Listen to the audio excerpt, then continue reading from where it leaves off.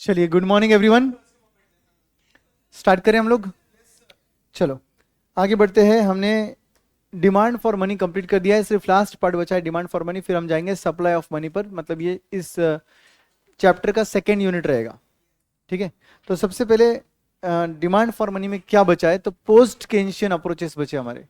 Post Keynesian development for demand for theory, इसमें Baumol's का inventory theoretic approach एक approach है। जैसे मैंने आपको बताया था कि बॉमुल क्या सोचता है कि जो कैश आपने रखा है वो इन्वेंट्री के तौर पे रखा है, for which balance, real cash balance. याद आया? फिर सेकंड हम पढ़ेंगे फ्रेडमैन्स का रीस्टेटमेंट ऑफ क्वांटिटी थ्योरी। ये क्वांटिटी थ्योरी पहले वाला नहीं है। पहले वाला क्यूटीएम जो था वो क्लासिकल अप्रोच था, उसमें दो वर्जन थे फिशर के। एक नॉर्मल था M V is equal to P T, और दूसरा था एक्सटेंडेड वर्जन। बोलो एक बार, एक्सटेंडेड वर्जन। उसका फॉर्मूला था M V plus M dash V dash is equal to P T, but वो अलग रहेगा, और ये फ्रेडमैन का रीस्टेटमेंट ऑफ क्वांटिटी थ्योरी अलग रहेगा। ओके। और तीसरा Tobin's demand for money as behaviour towards risk. तो तीन अप्रोचेस हमारे बचे। सबसे पहले हम बात करेंगे inventory theoretic approach by Baumol and Tobin.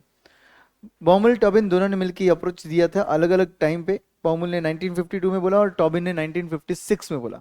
क्या किया उन्होंने? डिटरमाइन एक थ्योरी डेवलप की जिसका नाम है deterministic theory of transaction demand for money, that is real cash balance, which is also called as inventory theoretic approach. क्या बोलते हैं इसको? Inventory theoretic approach, in which money is essentially viewed as an inventory held for transaction purpose. Money को हमने क्या किया है? As a inventory hold किया है for day to day transactions. People hold an optimal combination of bonds and cash balance, that is the amount that minimises the opportunity cost. वो क्या बोल रहा है?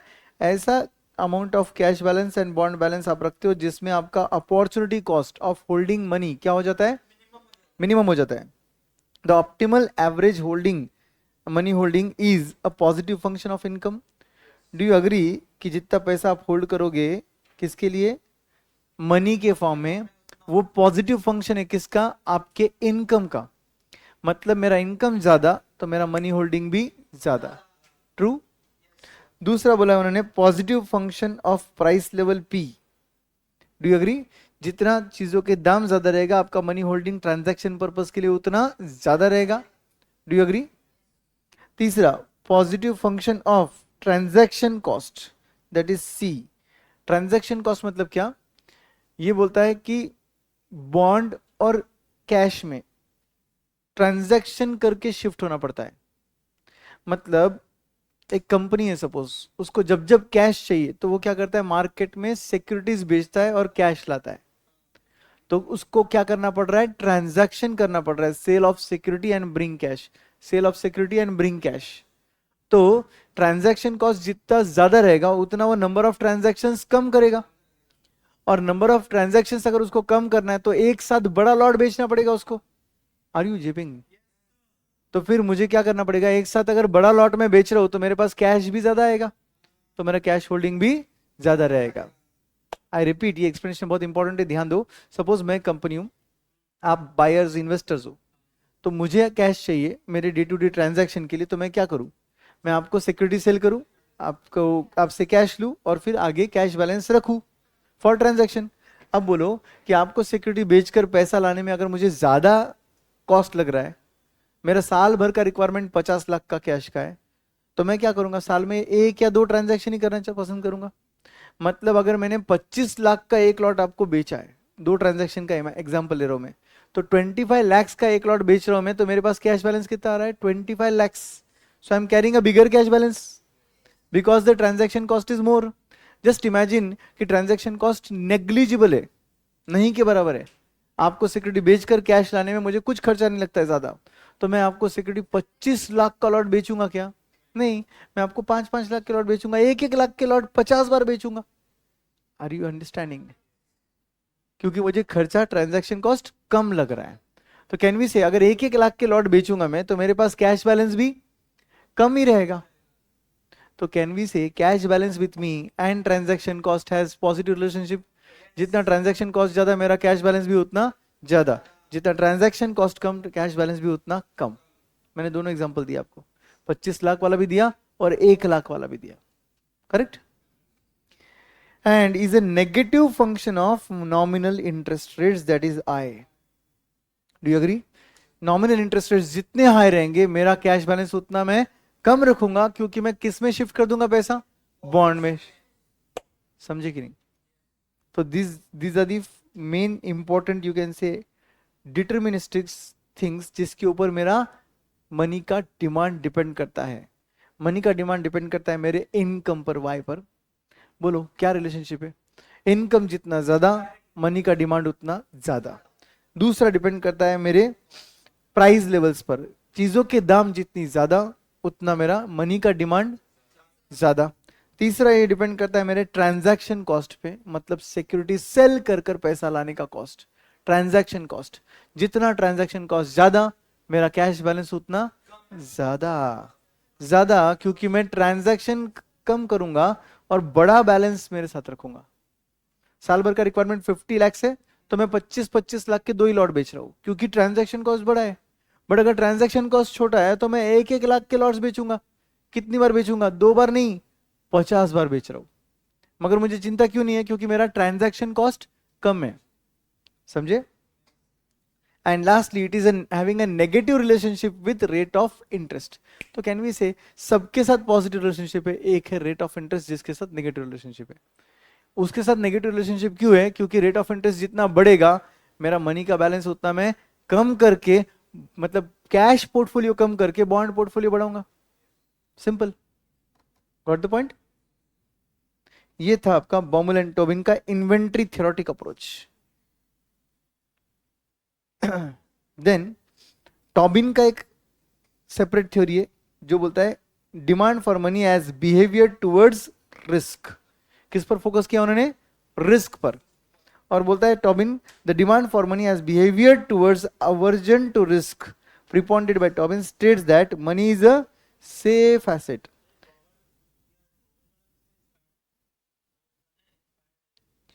हाँ, ये एक्चुअली जो अपन ने अभी पढ़ा ना, ये अपन ने रेगुलर बैच में बात किया था कि ये एक्चुअली कॉस्टिंग के अंदर एक आप कंसेप्ट पढ़ने वाले हो, सी इंटर में विनोद सर पढ़ेंगे आपको। वो है EOQ, इकोनॉमिक ऑर्डर क्वांटिटी। जो आपका बिजनेस में इन्वेंट्री होता है ना, उसके लिए एक फॉर्मूला दिया था विल्सन ने, विल्सन EOQ बोलते हैं उसको। उसका ही इन्होंने कॉपी किया और बना दिया बॉमल EOQ। तो बॉमुल EOQ आप इकोनॉमिक्स में भी पढ़ोगे और FM में भी पढ़ोगे। मेरे पास इंटर में FM में बॉमुल EOQ मॉडल है कैश बैलेंस पर, और वही पढ़ रहे अपन। अपने तो रेगुलर बैच में उसका क्वेश्चन भी सॉल्व किया था एक, है ना। इंटर का क्वेश्चन हमने सॉल्व कर दिया था इसको समझाने के लिए अच्छे से। बट इतनी कुछ जरूरत नहीं है आपको समझने की, आपने को सिंपल लॉजिक से समझ लिया अपन ने, थोड़ा एग्जाम प्रोस्पेक्टिव फाउंडेशन लेवल पे। और रेगुलर बैच था इंटर का, ये फाउंडेशन का, इसलिए मैंने बहुत टाइम से अच्छे से प्रॉपरली एक एग्जाम्पल लेकर इंटर के बुक से ही सॉल्व करवाया। तो ये जो इन्वेंट्री थ्योरेटिक अप्रोच है ये बॉमुल टॉबिन दोनों का था, 52 एंड 56 का। अब इसके बाद टॉबिन ने क्या किया, एक अवर्जन टू रिस्क वाला एक थ्योरी प्रपोज किया। इन्होंने बोला money is the safe asset but investor will be willing to exercise a trade off and sacrifice to some extent the higher return from bonds for reduction in the risk. मतलब Tobin क्या बोल रहा है पता है क्या? Money safe है, that does not mean हम पूरा पैसा मनी में रखेंगे। बॉन्ड में इंटरेस्ट मिल रहा है, दैट डज नॉट मीन हम पूरा पैसा बॉन्ड में रखेंगे। हम इसका एक कॉम्बिनेशन बनाते हैं। हर पर्सन इसका एक क्या करता है, कॉम्बिनेशन बनाता है। और जो परफेक्ट ट्रेड ऑफ मतलब बैलेंस वाला कॉम्बिनेशन रहेगा वो होल्ड करता है, money as well as bond का।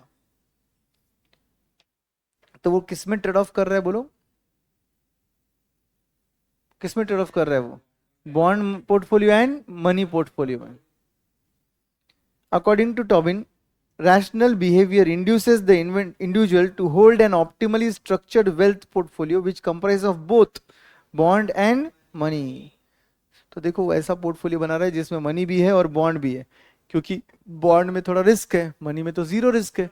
तो वो दोनों का कॉम्बिनेशन बना रहा है, एक को कम करके दूसरे को बढ़ा रहा है। आपके पास पूरा पैसा था, सिर्फ पैसा था आपके पास, आपने क्या किया, पैसों में से शिफ्ट किया बॉन्ड में डाला, पैसों में से शिफ्ट किया बॉन्ड में डाला। इसको बोलते हैं ट्रेड ऑफ, एक को बढ़ाना दूसरे को कम करना। इंडिफरेंस कर्व के वक्त अपन ने पहली बार पढ़ा।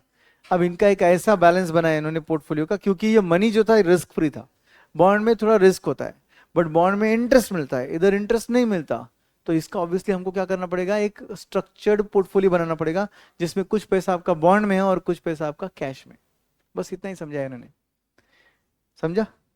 Demand for money as a store of wealth depends negatively on interest rate. ये वही बात बोल रहा है जो अपन ने पहले से पढ़ी है। इंटरेस्ट रेट के साथ मनी का डिमांड क्या रिलेशनशिप शेयर करता है? इनवर्स। बराबर है कि नहीं? तो बन गया ये टॉबिन का अप्रोच। अब लास्ट आता है Friedmann restatement quantity theory of money. Friedmann मालूम है आपको? मिल्टन फ्रेडमैन नाम इनका। मिल्टन फ्रेडमैन 1956, मतलब इन्होंने टॉबिन के साथ ही यह थ्योरी दिया था। टॉबिन ने भी 1956 में दिया था, तो इन्होंने भी 1956 में बोला था, extending the Keynes speculative demand for money within the framework of asset price theory holds that money's demand for money is affected by the same factors as demand for any other assets। तो ये बोल रहा है कि जैसे asset का price fix होता है, तो एसेट के डिमांड जो होता है वैसा ही मनी का डिमांड भी होता है। जैसे एसेट का डिमांड वेरियस फैक्टर पर डिपेंड करता है, मनी का डिमांड भी वेरियस फैक्टर्स पर डिपेंड करता है। नेमली दो चीजों पर डिपेंड करता है, परमानेंट इनकम उससे कितना मिल रहा है, and relative return on assets. मतलब यू कैन से, आप सबको टाइम वैल्यू ऑफ मनी आता होगा ना पक्के से? तो परपेचुइटी का फॉर्मूला याद है आपको? परपेचुइटी का फॉर्मूला क्या है?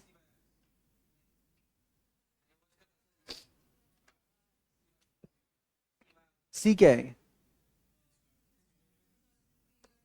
ए बाय आर बोलते हैं हम उसको, annuity divided by rate of interest. मालूम है ना? तो सुनो अभी अच्छे से, PV is equal to A by R. तो कैन वी से, ध्यान दो, किसी भी एसेट का प्रेजेंट वैल्यू, उस एसेट से मिलने वाला परमानेंट इनकम मतलब एवरी ईयर सेम इनकम, और रिलेटिव रिटर्न मतलब रेट ऑफ रिटर्न, उस पर डिपेंड करता है। तो इन्होंने भी वही बोला है, मिल्टन फ्रीडमैन ने बोला है कि बाकी एसेट्स का वैल्यू जैसे तुम प्रेजेंट वैल्यू निकालते हो डिपेंडिंग ऑन टू फैक्टर्स, इधर भी दो फैक्टर्स के बेसिस पर ही आपका वैल्यू निकलेगा। नंबर वन, परमानेंट इनकम कितना है, और number two, relative return on assets कितना है।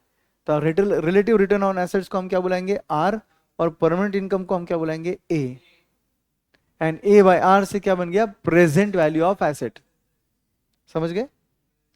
Nominal demand for money is positively related with price level. अभी पढ़ा था अपन ने, positively related with price level मतलब प्राइस लेवल जितना ज्यादा मनी का डिमांड उतना ज्यादा।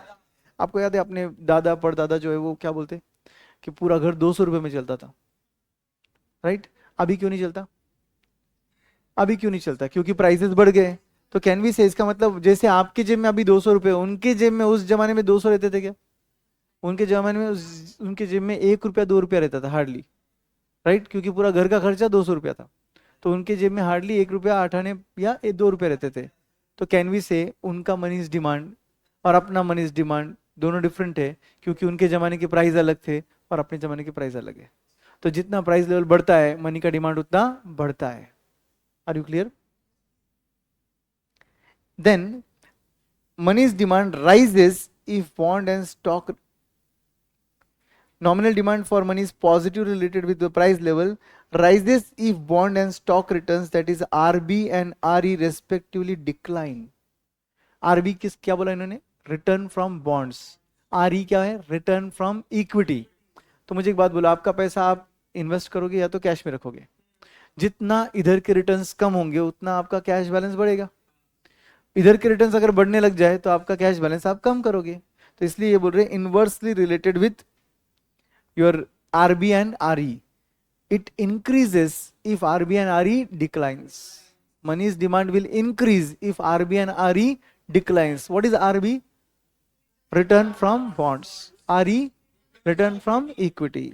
Clear? And is influenced by inflation। वो तो ऊपर प्राइस बोल दिया तो नीचे इन्फ्लेशन बोलने की जरूरत नहीं थी, बराबर ना? And is a function of total wealth, क्योंकि जितना एक इंसान का वेल्थ ज्यादा उसका मनी का डिमांड उतना ज्यादा। अंडरस्टूड? तो ये किसका अप्रोच था? मिल्टन फ्रीडमैन का था। अब ध्यान से समझो, एग्जाम में ऐसा होता है काफी बार कि आपको समझता नहीं है कि ये एग्जैक्टली किसके बारे में क्वेश्चन है, क्वांटिटी थ्योरी ऑफ मनी के बारे में या मिल्टन का रीड स्टेटमेंट थ्योरी है, तो पढ़ो अच्छे से। क्वांटिटी थ्योरी ऑफ मनी रहेगा तो दो अप्रोचेस है, पहले वाले फ्रेडमैन नहीं, कौन सा, नहीं नहीं सुनो, टोटल तीन अप्रोचेस है, ठीक है, जिसमें से दो अप्रोचेस पहले वाले थे फिशर के। एक normal quantity theory of money जिसका नाम है क्लासिकल, उसी का रीस्टेटमेंट हुआ। नहीं नहीं नहीं नहीं नहीं, गड़बड़ मत करो, सुनो, क्वांटिटी थ्योरी के अंदर ही मैं बोल रहा हूँ आपको। क्वांटिटी थ्योरी के अंदर ही पहले फ्रेडमैन का क्वांटिटी थ्योरी आया था, M V is equal to P T, फिर उसका रीस्टेटमेंट हुआ, उसका extended version, sorry extended version हुआ, मतलब उसी फॉर्मूले को उन्होंने एक्सटेंड किया, M V plus M dash V dash is equal to P T. ये दोनों भी किसके थे, अर्विंग फिशर। और उसी क्वांटिटी थ्योरी ऑफ मनी का नाम इधर आ गया जिसका नाम है restatement of quantity theory of money. और ये किसने दिया, मिल्टन फ्रेडमैन ने। और इनका और उनका लॉजिक कोई सेम नहीं है। इन्होंने बोला कि आपका जो वेल्थ आप होल्ड करते हो उसमें से आप कैश कितना होल्ड करते हो is a function of wealth, जितना वेल्थ ज्यादा उतना कैश होल्डिंग भी ज्यादा, is inversely related with RB and R E, जितना return from bond and equity ज्यादा कैश होल्डिंग उतना कम, is positively related with price level, जितने प्राइस लेवल ज्यादा रहेंगे मनी होल्डिंग उतना ज्यादा रहेगा। सबसे मेन बात मिल्टन फ्रीडमैन ने बोली है कि लाइक एनी अदर एसेट्स, आपका मनी का जो वैल्यू है वो भी डिपेंड करता है दो चीजों पर, permanent income and return from relative return from assets. मतलब परमानेंट इनकम को इन्होंने ए बुलाया, मतलब अपन ने समझा, इन्होंने बुलाया नहीं बट अपन ने समझा एन्युटी के नाम से। परमानेंट इनकम मतलब एवरी ईयर इनकम, तो एवरी ईयर इनकम को अपन ने एन्युटी बुलाया, and relative return on assets को अपन ने आर बुलाया। तो अपन ने देखा मैथ्स में present value of infinite annuity is equal to A by R, तो ये बस ये वही बोल रहे हैं, बाकी कुछ अलग नहीं है, समझ गए। अब आते हैं supply of money. Supply of money actually 10 फॉर्मूले का कॉम्बिनेशन, 10 फॉर्मूले का कॉम्बिनेशन सप्लाई ऑफ मनी देता है, 10 नहीं 11 टू बी मोर प्रिसाइज, 11 फॉर्मूले से जिसके बेसिस पर सप्लाई ऑफ मनी आएगा। और ये 11 के 11 फॉर्मूले आपको आज कहीं पे लिखने हैं, ठीक है। M1 M2 M3 M4 L1 L2 L3 NM1 NM2 NM3 और क्या है, और एक रिजर्व मनी है, क्या है, एक रिजर्व मनी। तो M1 M2 M3 M4 NM1 NM2 NM3 L1 L2 L3 कितने हो गए, 4 + 3 + 3 10। और एक रिजर्व मनी का फॉर्मूला है, रिजर्व मनी का एक नहीं इनफैक्ट दो फॉर्मूले थे, बट फिर भी रिजर्व मनी बोलेंगे अपन। तो टोटल कितने, 11 कंसेप्ट है, ठीक है। सप्लाई ऑफ मनी क्या होता है, इसमें हम पढ़ेंगे सप्लाई ऑफ मनी क्या होता है, measurement of supply of money क्या होता है, जो अपन बात कर रहे थे ये मेजरमेंट की बात कर रहे थे। फिर डिटर्मिनेंट्स ऑफ मनी सप्लाई, मतलब मनी सप्लाई किस पे डिपेंड करता है। And lastly concept of money multiplier, right, credit multiplier सुना होगा आपने। तो चलो एक एक करके समझते हैं। तो यहां पर सबसे पहले M1 M2 M3 M4 को समझ लो। M1 को लिख लो नैरो मनी कंसेप्ट। M1 को हम क्या बुलाएंगे, वाई नैरो मनी कंसेप्ट, क्योंकि इसमें कम से कम चीजें आती है, तो इसको क्या बुलाएंगे, नैरो मनी कंसेप्ट। और M4 को लिख दो ब्रॉड मनी कंसेप्ट।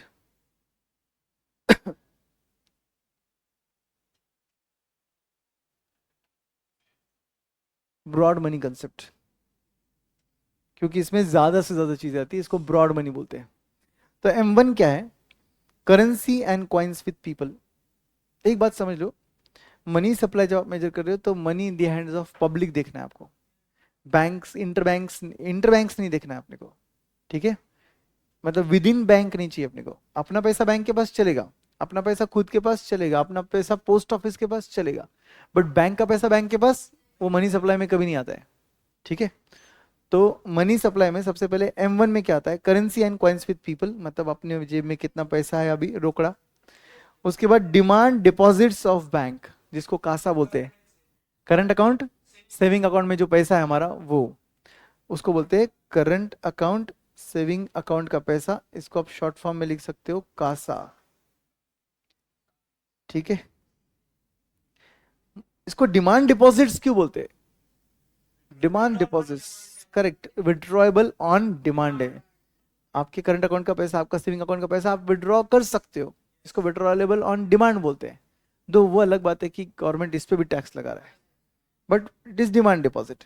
एंड फिर लास्ट में लिखा है other deposits with other deposits of RBI, मतलब आरबीआई के पास तक पहुंचे हुए डिपॉजिट्स वो भी आ जाएंगे। So all this will be considered under M1. Okay, so M1 will be considered as you can say narrow money concepts. Are you clear about what is M1? Money, currency money, currency money के अंदर क्या आएगा? Coins and notes. दूसरा current account, saving account का पैसा, demand deposits with bank. And तीसरा other deposits with RBI. Other deposits with RBI में क्या आता है?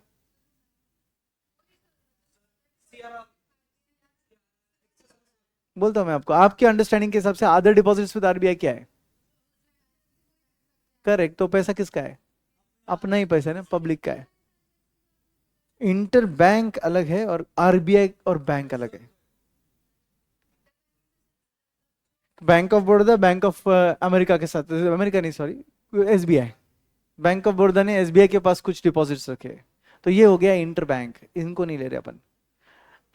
अपन ने बैंक के पास पैसा रखा है, बैंक ने आगे आरबीआई के पास रखा है।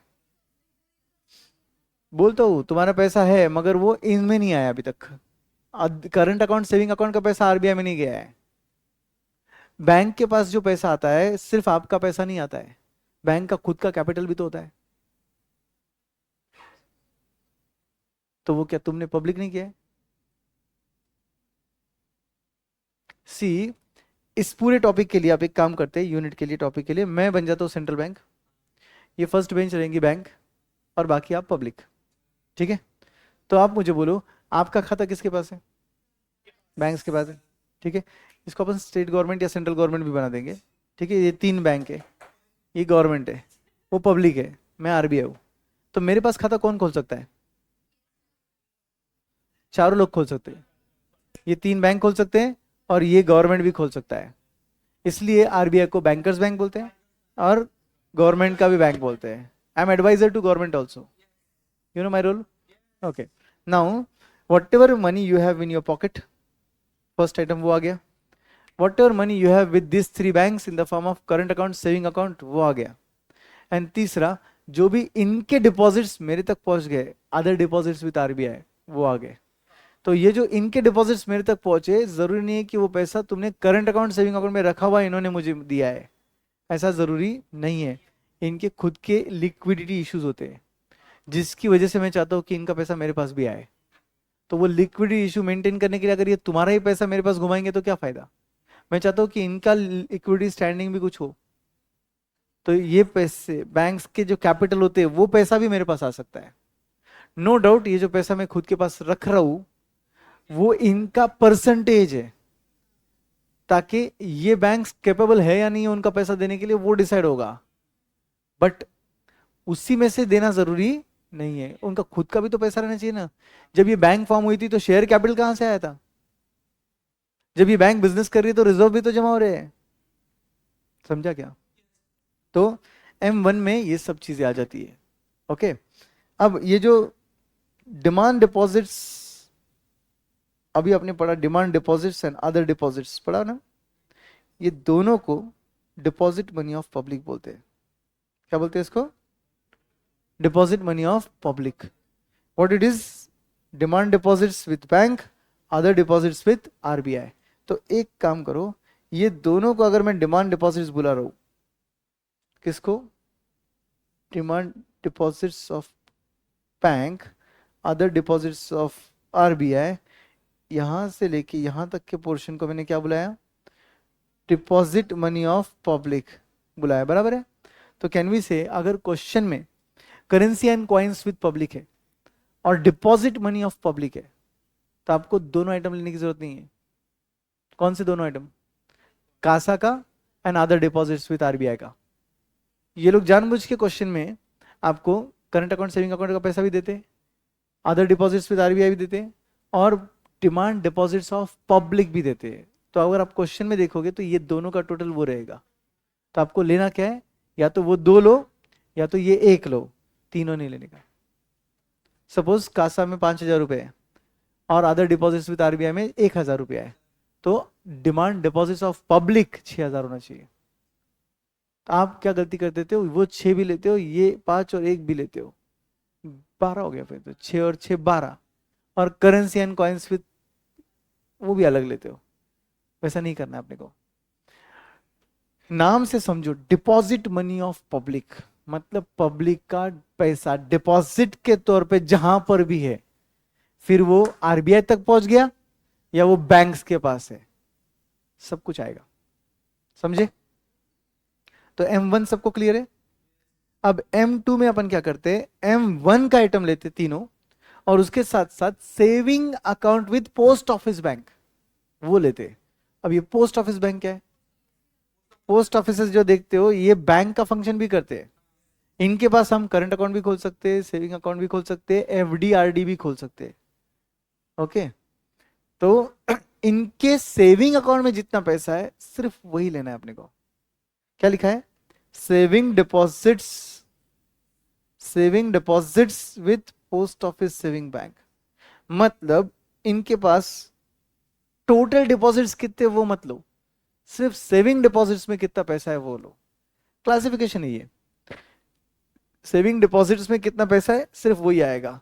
मतलब उनके बाकी डिपॉजिट्स कुछ भी रहेंगे तो वो हम कंसिडर नहीं करेंगे। अगर ये M1 के साथ जोड़ देंगे तो अपने को मिल गया M2।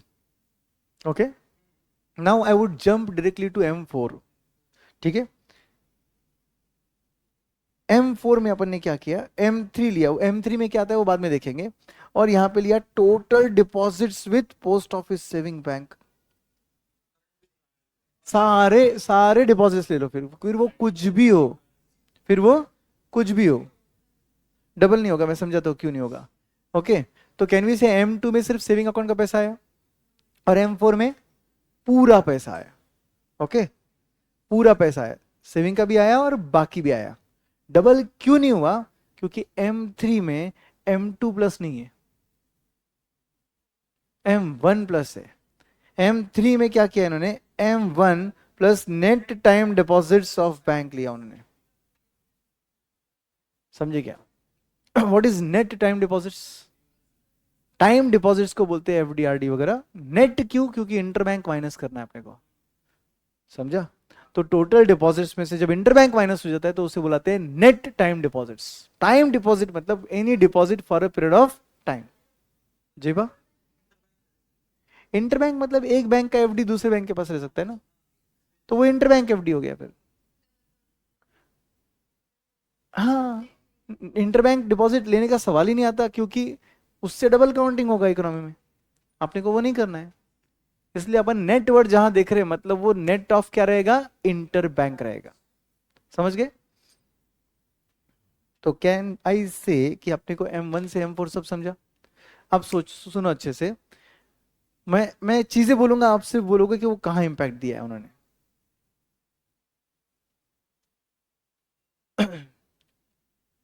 पोस्ट ऑफिस का पूरा deposit M4, correct.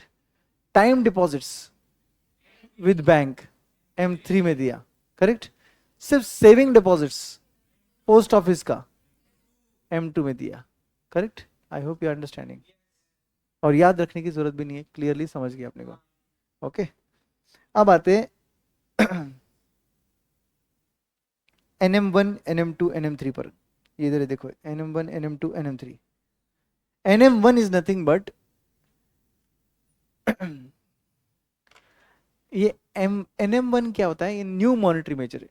New monetary major को NM बोलते हैं। ओके, इसमें M1 एंड NM1 दोनों बिल्कुल सेम है। M1 में क्या था, तीन चीजें थी, बोलो कौन सी थी? Currency and coins with people था, डिमांड डिपॉजिट्स विद बैंक था, अदर डिपॉजिट्स विद आरबीआई था। ये सेम तीन चीजें NM1 में भी है, देख लो। Currency with public, demand deposits with banking system, other deposits with RBI. Can we say same as M1? All of you क्या बोल रहे अपन? सेम एज M1, ठीक है। अब उसके बाद NM2 में क्या है? NM2 is nothing but NM1 plus short-term time deposits of residents, including and up to the contractual maturity of 1 year. मतलब टाइम डिपॉजिट्स ही लेना है जो अपन ने NM3 में लिया था, बट यहां पर बाइफर्केशन है। विद इन 1 ईयर कितने मैच्योर हो रहे हैं एंड आफ्टर 1 ईयर कितने मैच्योर हो रहे हैं।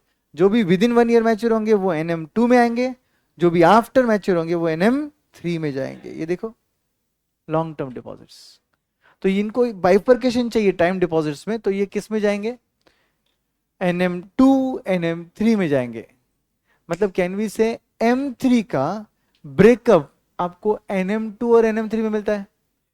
ज्यादा टेक्निकल हो गया मगर सोचो, समझा क्या।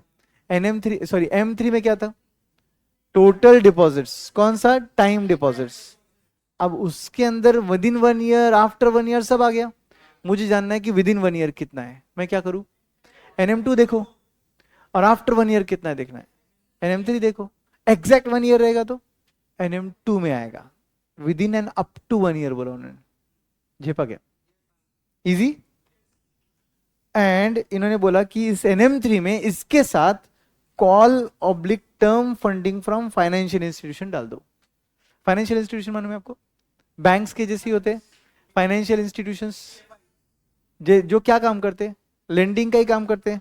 फिर फाइनेंशियल इंस्टीट्यूशंस में और बैंक्स में क्या डिफरेंस है, सिंपल है। फाइनेंशियल इंस्टीट्यूशंस पब्लिक के पास से पैसा इन द फॉर्म ऑफ डिपॉजिट्स नहीं लेता है, खुद के शेयर कैपिटल से फंडिंग करता है। बैंक पब्लिक से भी पैसा लेता है और वही पैसा आगे घुमाता है, समझे। तो फाइनेंशियल इंस्टीट्यूशंस पे इतने ज्यादा कायदे कानून लागू नहीं होते जितने बैंक्स पे होते हैं। जेपा, any company which is a financial institution is first raising funds from share capital, then it is using that funds for lending. But any bank obviously will start with share capital but accept the money from public in the form of current account, saving account, FD and all, and then it will use those all money for funding. जेबा, what is call and term funding? Term funding तो आपको मालूम है, funding for a period of time. What is call funding? Come period के लिए जो होता है उसको बोलते हैं, शॉर्ट एडवांसेस जो होते हैं उसको बोलते हैं कॉल फंडिंग। तो इन शॉर्ट उनके कोई भी फंडिंग रहेंगी फाइनेंशियल इंस्टीट्यूशन की, वो सब कुछ कहां कवर होगी, NM3 में। किसके साथ, लॉन्ग टर्म टाइम डिपॉजिट्स के साथ। Are you getting, yes. तो ये सब मैं ऐसे समझा रहा हूं जिससे आपको ये याद हो जाए, रादर देन आप ऐसे हाथ रख के रट्टा मारो फिर देखो अरे क्या, अरे शिट शिट वो इधर नहीं आता है ना, तो वो नहीं होना चाहिए। इसलिए मैं आपको कंसेप्चुअली बता रहा हूं ये सब, समझा अच्छे से। अब बात करेंगे L1 L2 L3 के बारे में, ध्यान से समझो। ये ना NM1 NM2 NM3 से भी बड़ा है, NM3 से भी बड़ा है ये L1। ओके, L क्या है सर, लिक्विडिटी है ये। ओके, तो L में आता है NM3। अब NM3 में क्या था याद है, NM2 भी था, NM2 में क्या था, NM1 भी था। तो कैन वी से L1 NM3 से भी बड़ा है। ओके, अब NM3 तक ध्यान से सुनो, तुमने पोस्ट ऑफिस के पैसों को छुआ भी नहीं, अब छूना पड़ेगा, समझा। रीफाइनेंसिंग बाय फाइनेंशियल इंस्टीट्यूशन वो नहीं चाहिए देखा, अब वो देखना पड़ेगा। तो देखो क्या लिखा है, L1 is equal to all deposits of post office saving bank. हर बार याद रखो एक्सक्लूडिंग NSC रहने वाला है, नेशनल सेविंग सर्टिफिकेट कहीं नहीं आता। ये एक तरफ से लॉन्ग टर्म डिपॉजिट्स होते हैं, नेशनल सेविंग सर्टिफिकेट ये इसलिए नहीं आता है क्योंकि ये फंडिंग पूरा गवर्नमेंट यूज करता है। नेशनल सेविंग सर्टिफिकेट्स हाँ पब्लिक से कलेक्ट होता है बट पैसा बैंक में नहीं घूम रहा है, RBI के पास नहीं आ रहा है, वो पैसा जा रहा है गवर्नमेंट के पास, इसलिए NSC का पैसा काउंट नहीं होता। ओके, तो नेशनल सेविंग सर्टिफिकेट इधर भी देखा रहेगा तुमने, ये देखो एक्सक्लूडिंग NSC लिखा हुआ है।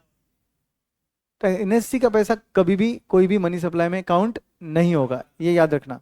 NSC देते वो लोग, आपको काउंट नहीं करना है, राइट। अब देखो कैन वी से पोस्ट ऑफिस में क्या बोला अपन ने, ऑल डिपॉजिट्स, इसका मतलब क्या हो गया, L1 में सेविंग भी आ गया, अदर डिपॉजिट्स भी आ गया, करेक्ट। बट अगर आपको L1 का ब्रेकअप देखना है कि सेविंग में कितना है और अदर डिपॉजिट्स में कितना है, तो आपको सीधा सीधा M में जाना पड़ेगा। और M2 देखना होगा और M4 देखना होगा। M4 में तो टोटल आ गया, बट M2 देखना होगा आपको मेनली।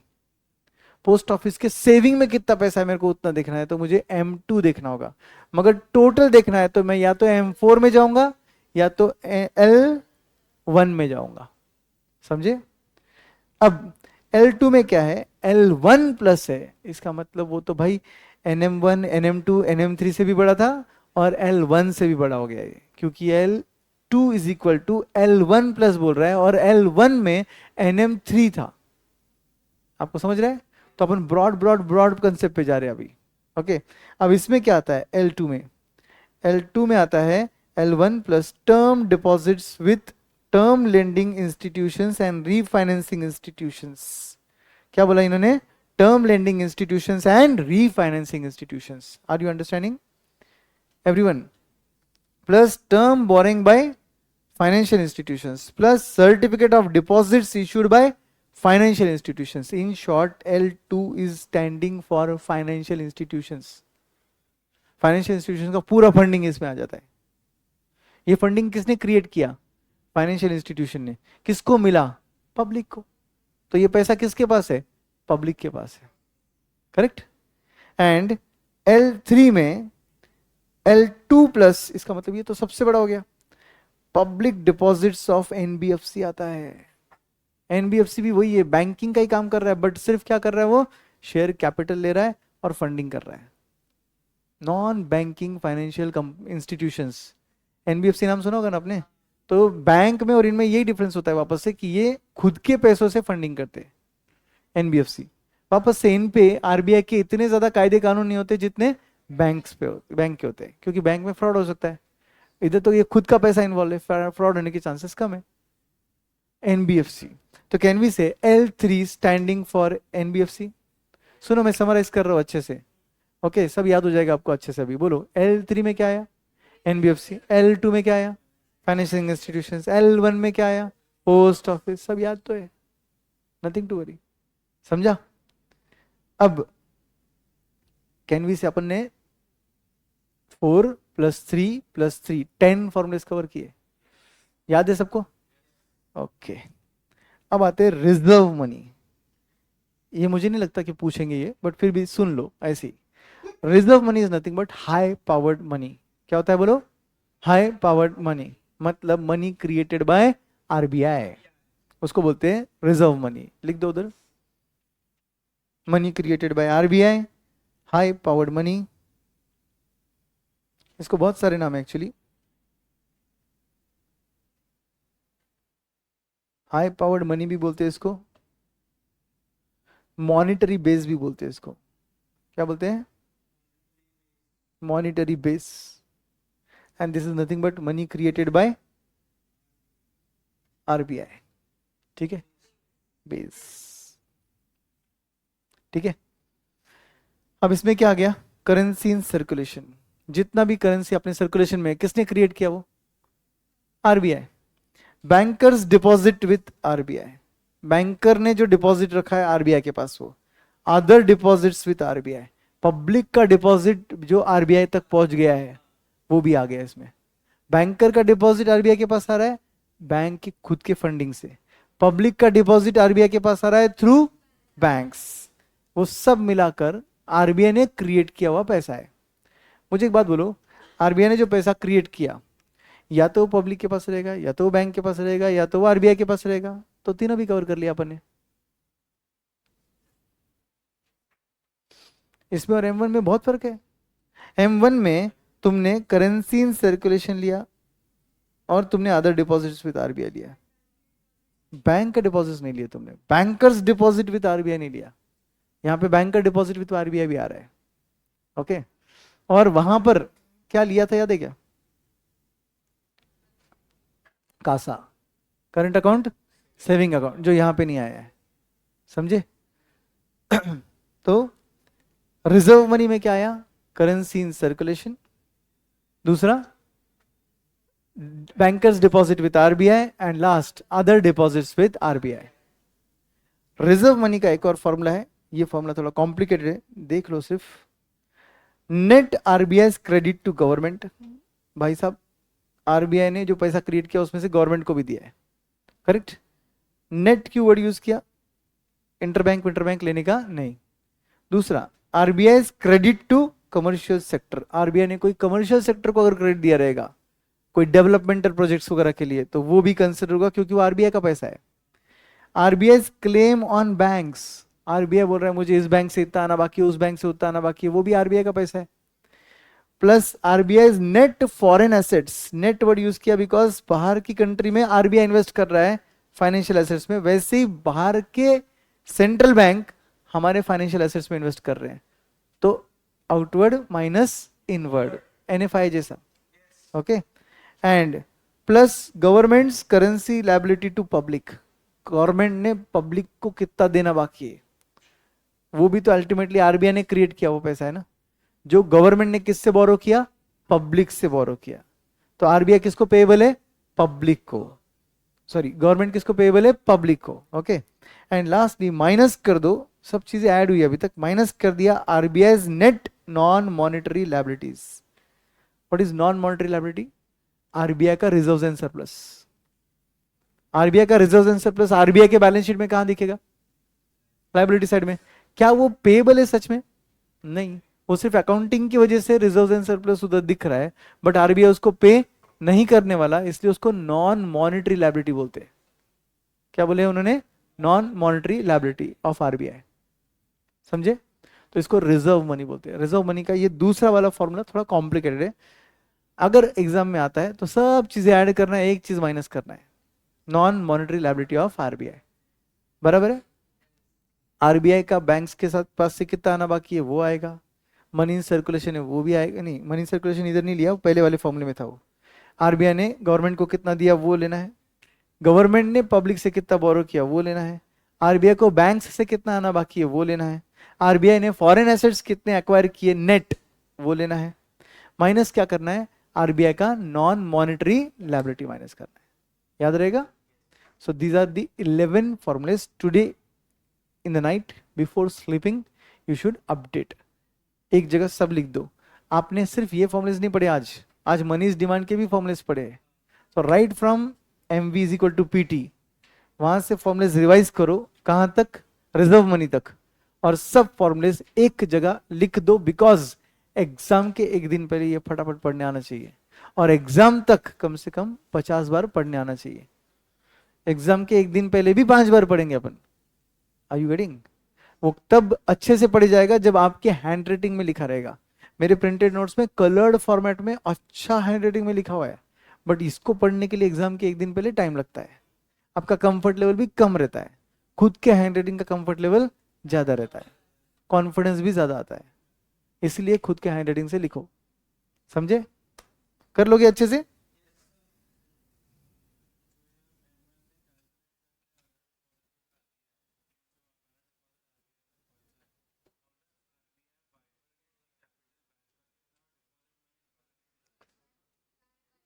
बाइफरकेशन रहेगा ना, क्यों नहीं रहेगा।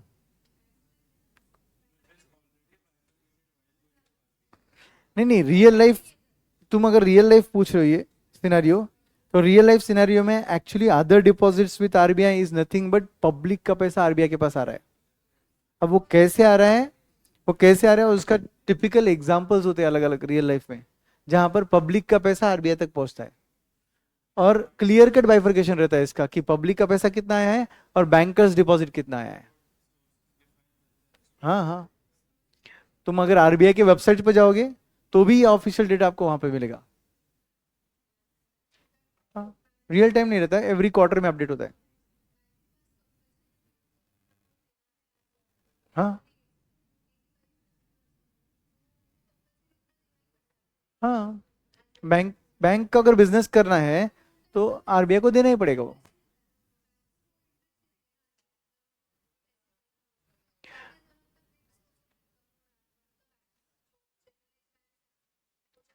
अपन जब रेपो रिवर्स रेपो पढ़ेंगे ना तब आपको समझेगा ये, रेपो रिवर्स रेपो पढ़ेंगे ना तब आपको समझेगा कि एग्जैक्टली ये मैकेनिज्म कैसे वर्क करता है। क्योंकि जैसे ही पब्लिक के पास पैसा कम गिर रहा है तो आपसे ले रही है पब्लिक, आप बैंक को, वैसे आरबीआई के पास पैसा तुम लेने आते हो बैंक्स जब तुम्हारे पास कम है, और तुम देने आते हो जब तुम्हारे पास ज्यादा है। जैसे तुम एज बैंक्स उनको रेट ऑफ इंटरेस्ट चार्ज करते हो और उनको रेट ऑफ इंटरेस्ट देते भी हो, वैसे मैं एज आरबीआई तुमको रेट ऑफ इंटरेस्ट चार्ज भी करता हूँ और रेट ऑफ इंटरेस्ट देता भी हूँ। ये पूरा मैकेनिज्म तुमको अगले लेक्चर में समझेगा। अभी के लिए अपन स्टॉप करते हैं कि इसके आगे पढ़ सकते हैं बट कोई जरूरत नहीं है, अपन कल पढ़ेंगे। Okay, shall we stop?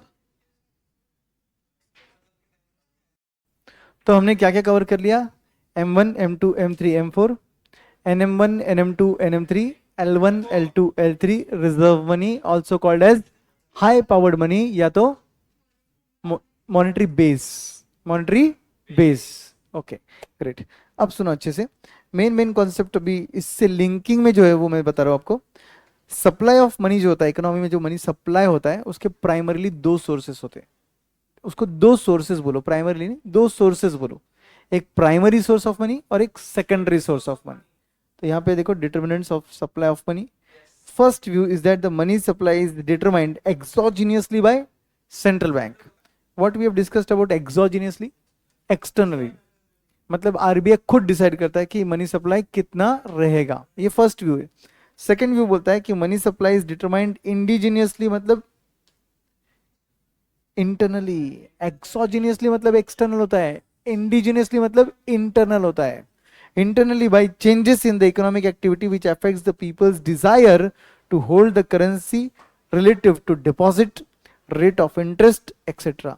मतलब इकोनॉमी में जो हो रहा है उसके बेसिस पर भी मनी सप्लाई चेंज होता है, और आरबीआई है उसके बेसिस पर भी होता है। तो मनी सप्लाई दो चीजों के बेसिस पे चेंज हो रहा है। एक्सोजिनियसली किसके बेसिस पर? एक्सोजिनियसली आरबीआई के। इंडिजिनियसली इकोनॉमी के अंदर जो चेंजेस होते हैं उसके ऊपर। किस चीज में changes? Number one, people's desire to hold currency relative to deposit. ये क्या होता है अभी? इसको बोलते हैं करेंसी टू डिपॉजिट रेशियो। बोलो एक बार, C to deposit ratio. I will give you perfect example. मेरा बैंक में 1 लाख रुपया जमा है डिपॉजिट, मेरे जेब में अभी 1000 रुपया है, तो मेरा करेंसी टू डिपॉजिट रेशियो 1% है। मेरे जेब में 1000 है, मेरे बैंक में 1 लाख है, बैंक का डिपॉजिट 1 लाख, करेंसी मेरे जेब में 1000, 1000 as a percentage of 1 lakh 1% होता है। That's called currency to deposit ratio. दूसरा, रेट ऑफ इंटरेस्ट। कितना मुझे रेट ऑफ इंटरेस्ट मिल रहा है उसके बेसिस पर मैं डिसाइड करता हूं कि मेरा मनी मैं कितना होल्ड करूंगा, कितना बैंक में रखूंगा खुद का, कितना करेंसी खुद के पास रखूंगा। तो मनी का सप्लाई इंडिजिनियसली जो इकोनॉमी में चेंजेस होते उसके बेसिस पर भी होता है, और एक्सोजिनियसली जो आरबीआई है उसके बेसिस पर भी होता है। Right? Then money multiplier, very important concept for supply of money. क्या नाम है? Money multiplier. Money multiplier approach to money supply propounded by Milton Friedman and Anna Schwartz. इसको स्पेलिंग जैसे आप लिख सकते हो वैसे प्रोनाउंस करो, रादर देन उसका एक्चुअल प्रोनाउंसिएशन क्या है। अन्ना बोला तो भी चलेगा, no problem, but spelling correct आना चाहिए। सेजवर्ड्स बोल दो, स्कर्ट्स वर्ड्स बोल दो, जो बोलना है बोलो, बट अल्टीमेटली स्पेलिंग आप करेक्ट लिखो। ओके तो सुनो, देखो ध्यान दो। Money multiplier approach to money supply propounded by Milton Friedman and Anna Schwartz 1963 considered 3 factors as immediate determinant of money supply। कितने फैक्टर? 3 फैक्टर इनके मुताबिक। सबसे पहले stock of high powered money, H बोलते हैं इसको symbolically. What is high powered money? RBI ने जो रिजर्व मनी क्रिएट किया वो, इन शॉर्ट आरबीआई ने जितना पैसा छापा है वो। करेक्ट? दूसरा, ratio of reserves to deposit. इसको रिजर्व नहीं बोलते, एक्चुअली एक्सेस रिजर्व बोलते हैं। क्या बोलते हैं इसको? एक्सेस रिजर्व बोलते हैं इसको, रिजर्व नहीं बोलते। Okay, so excess reserves to deposit, इसलिए इसका नाम है ई, और इसका फॉर्मूला है excess reserves divided by deposit. मतलब क्या? सपोज आप बैंक को 3 लोग, आपने आपके डिपॉजिट्स के सामने जितना भी current account, saving account, FD वगैरह जितना भी तुम्हारे पास डिपॉजिट्स आया है उसके सामने तुमने मेरे पास नहीं, खुद के पास एक्सेस रिजर्व कितना रखा है। What is excess reserve now? आप सीआरआर मेरे पास रखोगे, आपको पता है, एसएलआर आप खुद के पास रखोगे, इसका भी हिंट मैं आपको दूंगा, डोंट वरी, वो क्या है वो भी समझाऊंगा। तो इसके अलावा आपने एक्सेस रिजर्व खुद के पास रखा है। अब आप बोलोगे वो क्यों रखे हम? वो इसलिए रखना पड़ता है कि आपको एक्सपेक्टेड है कि ज्यादा आउटफ्लो होगा आपके बैंक से। जैसे फॉर एग्जाम्पल फेस्टिवल सीजन है, तो जनरली लोग क्या करते हैं, ज्यादा विड्रॉ करते हैं। तो ऑब्वियसली ऑब्वियसली आपके पास पैसा तो होना चाहिए एज बैंक। तुम ऐसा तो नहीं बोल सकते अभी विड्रॉ मत करो, देखो हमारे पास पैसा खत्म हो रहा है, तुम कल आओ। अगर तुमने ऐसा बोला ना, कि तुम्हारे बैंक के बाहर लाइन लग जाएगी, क्योंकि उनको लगेगा ये बैंक का दिवाला निकल रहा है। समझा कि नहीं? तो ये कभी ऐसा बोल सकते हैं क्या कस्टमर्स कि बैंक का पैसा खत्म हो गया? तो फिर ये क्या करेंगे? जब उनको लगेगा कि इकोनॉमी में सिचुएशन ऐसे है कि पैसा ज्यादा विड्रॉ हो सकता है, उस टाइम पर ये लोग रखते हैं एक्सेस रिजर्व। क्या रखते हैं लोग? एक्सेस रिजर्व रखते हैं, मतलब खुद के पास एक्स्ट्रा पैसा रखते हैं। आरबीआई के पास रखकर क्या करोगे तुम? आरबीआई के पास नहीं, खुद के पास। ओके, तो रिजर्व अलग है और एक्सेस रिजर्व अलग है। सीआरआर एसएलआर को अपन रिजर्व बुलाएंगे, और ये जो अभी इकोनॉमी के पैटर्न को देख के इन्होंने खुद के पास एक्स्ट्रा पैसा रखा है, एसएलआर के अलावा रखा है, उसको बोलते हैं excess reserve ratio. And the formula is very simple, जितना भी डिपॉजिट्स आया वो डिनोमिनेटर में है, और जितना भी एक्सेस रिजर्व रखा वो न्यूमरेटर में है। करेक्ट? एंड लास्ट आता है करेंसी टू डिपॉजिट रेशियो, जो मैंने अभी समझाया था वो। तो ध्यान से समझो, high powered money is behaviour of RBI. मैंने कितना पैसा छापा, ये मेरा बिहेवियर है। एक्सेस रिजर्व कितना रखना है, ये बैंक्स का बिहेवियर है। एंड करेंसी टू डिपॉजिट कितना रखना है, ये पब्लिक का बिहेवियर है। तो कैन वी से इकोनॉमी का मनी सप्लाई हम तीनों के बिहेवियर से चेंज होता है। पब्लिक के लिए कौन सा? Currency to deposit. बैंक्स के लिए कौन सा? Excess reserves to deposit. And public RBI के लिए कौन सा? High powered money. करेक्ट? तो लिख दो उधर, behaviour of RBI, behaviour of bank, and ये है behaviour of public. Right? All of you?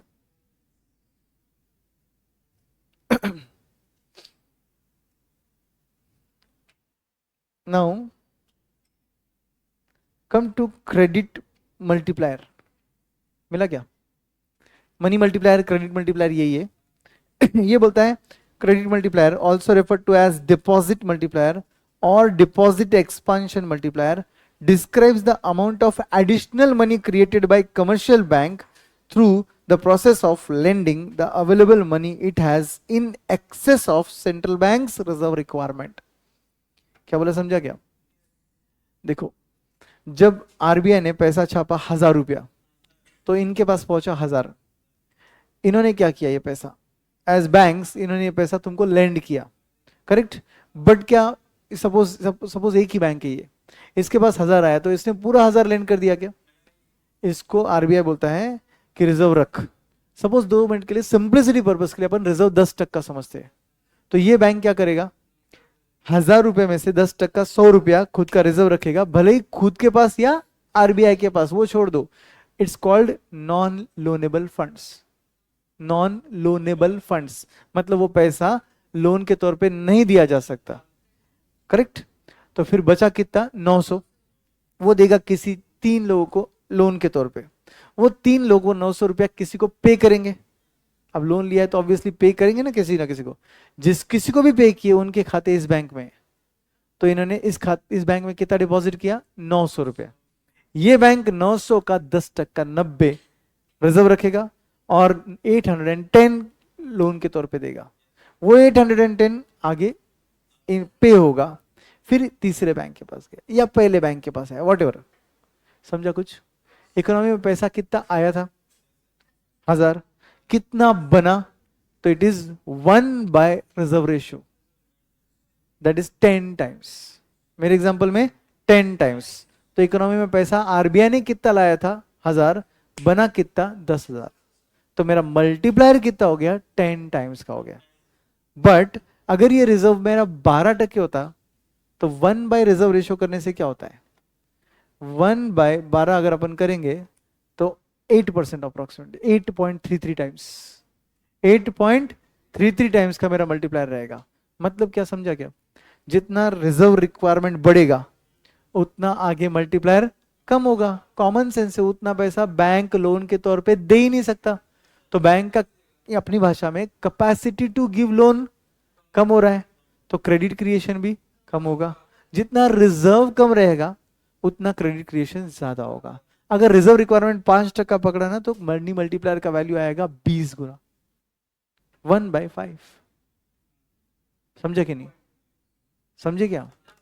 So it's हाँ, रिजर्व रिक्वायरमेंट बढ़ेगा तो वॉल्यूम ऑफ मनी कम होगा, तो आरबीआई ऐसा कंट्रोल करता है उसको।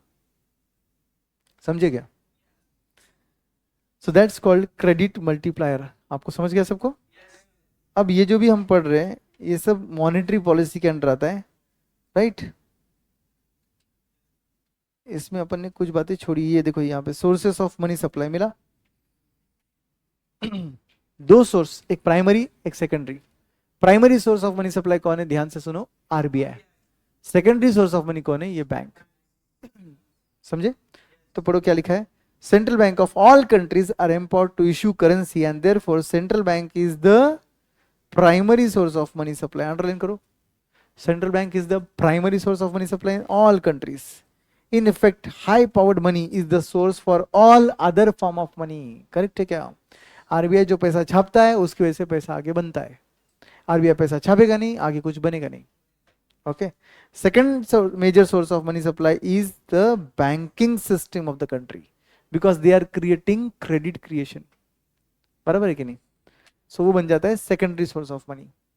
मेजरमेंट ऑफ मनी सप्लाई आप सबको पता है, मेजरमेंट कैसे होता है। Measurement of money supply varies from country to country, time to time and purpose to purpose.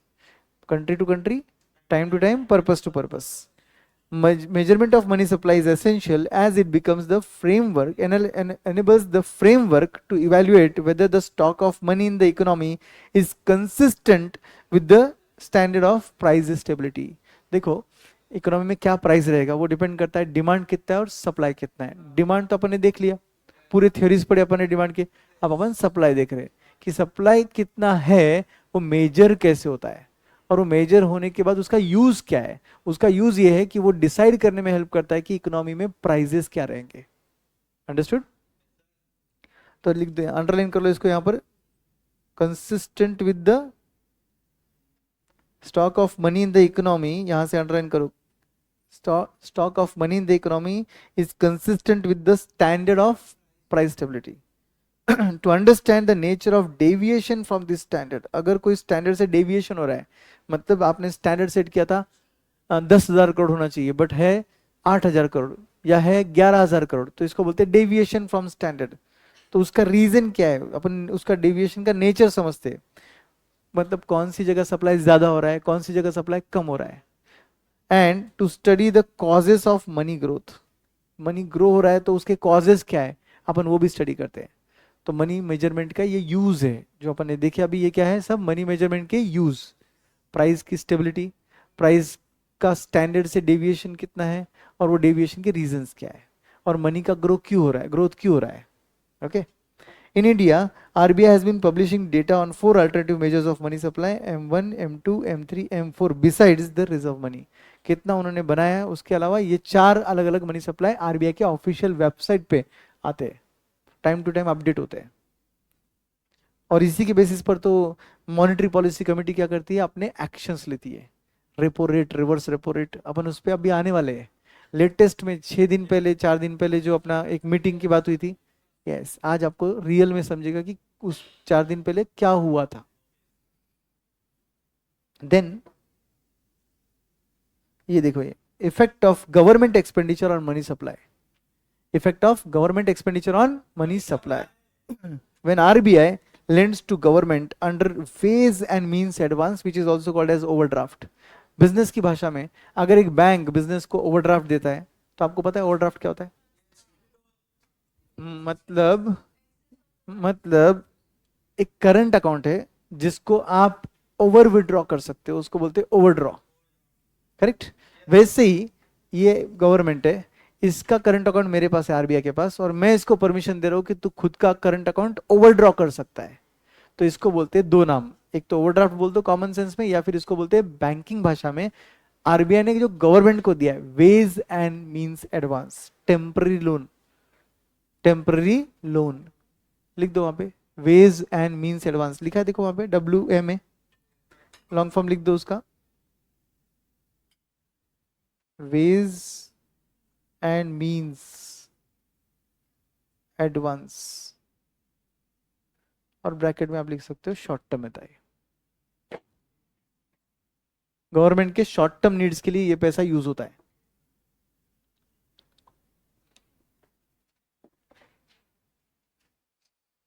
It results in excess generation of excess reserve, that is excess balance of commercial banks with the reserve bank।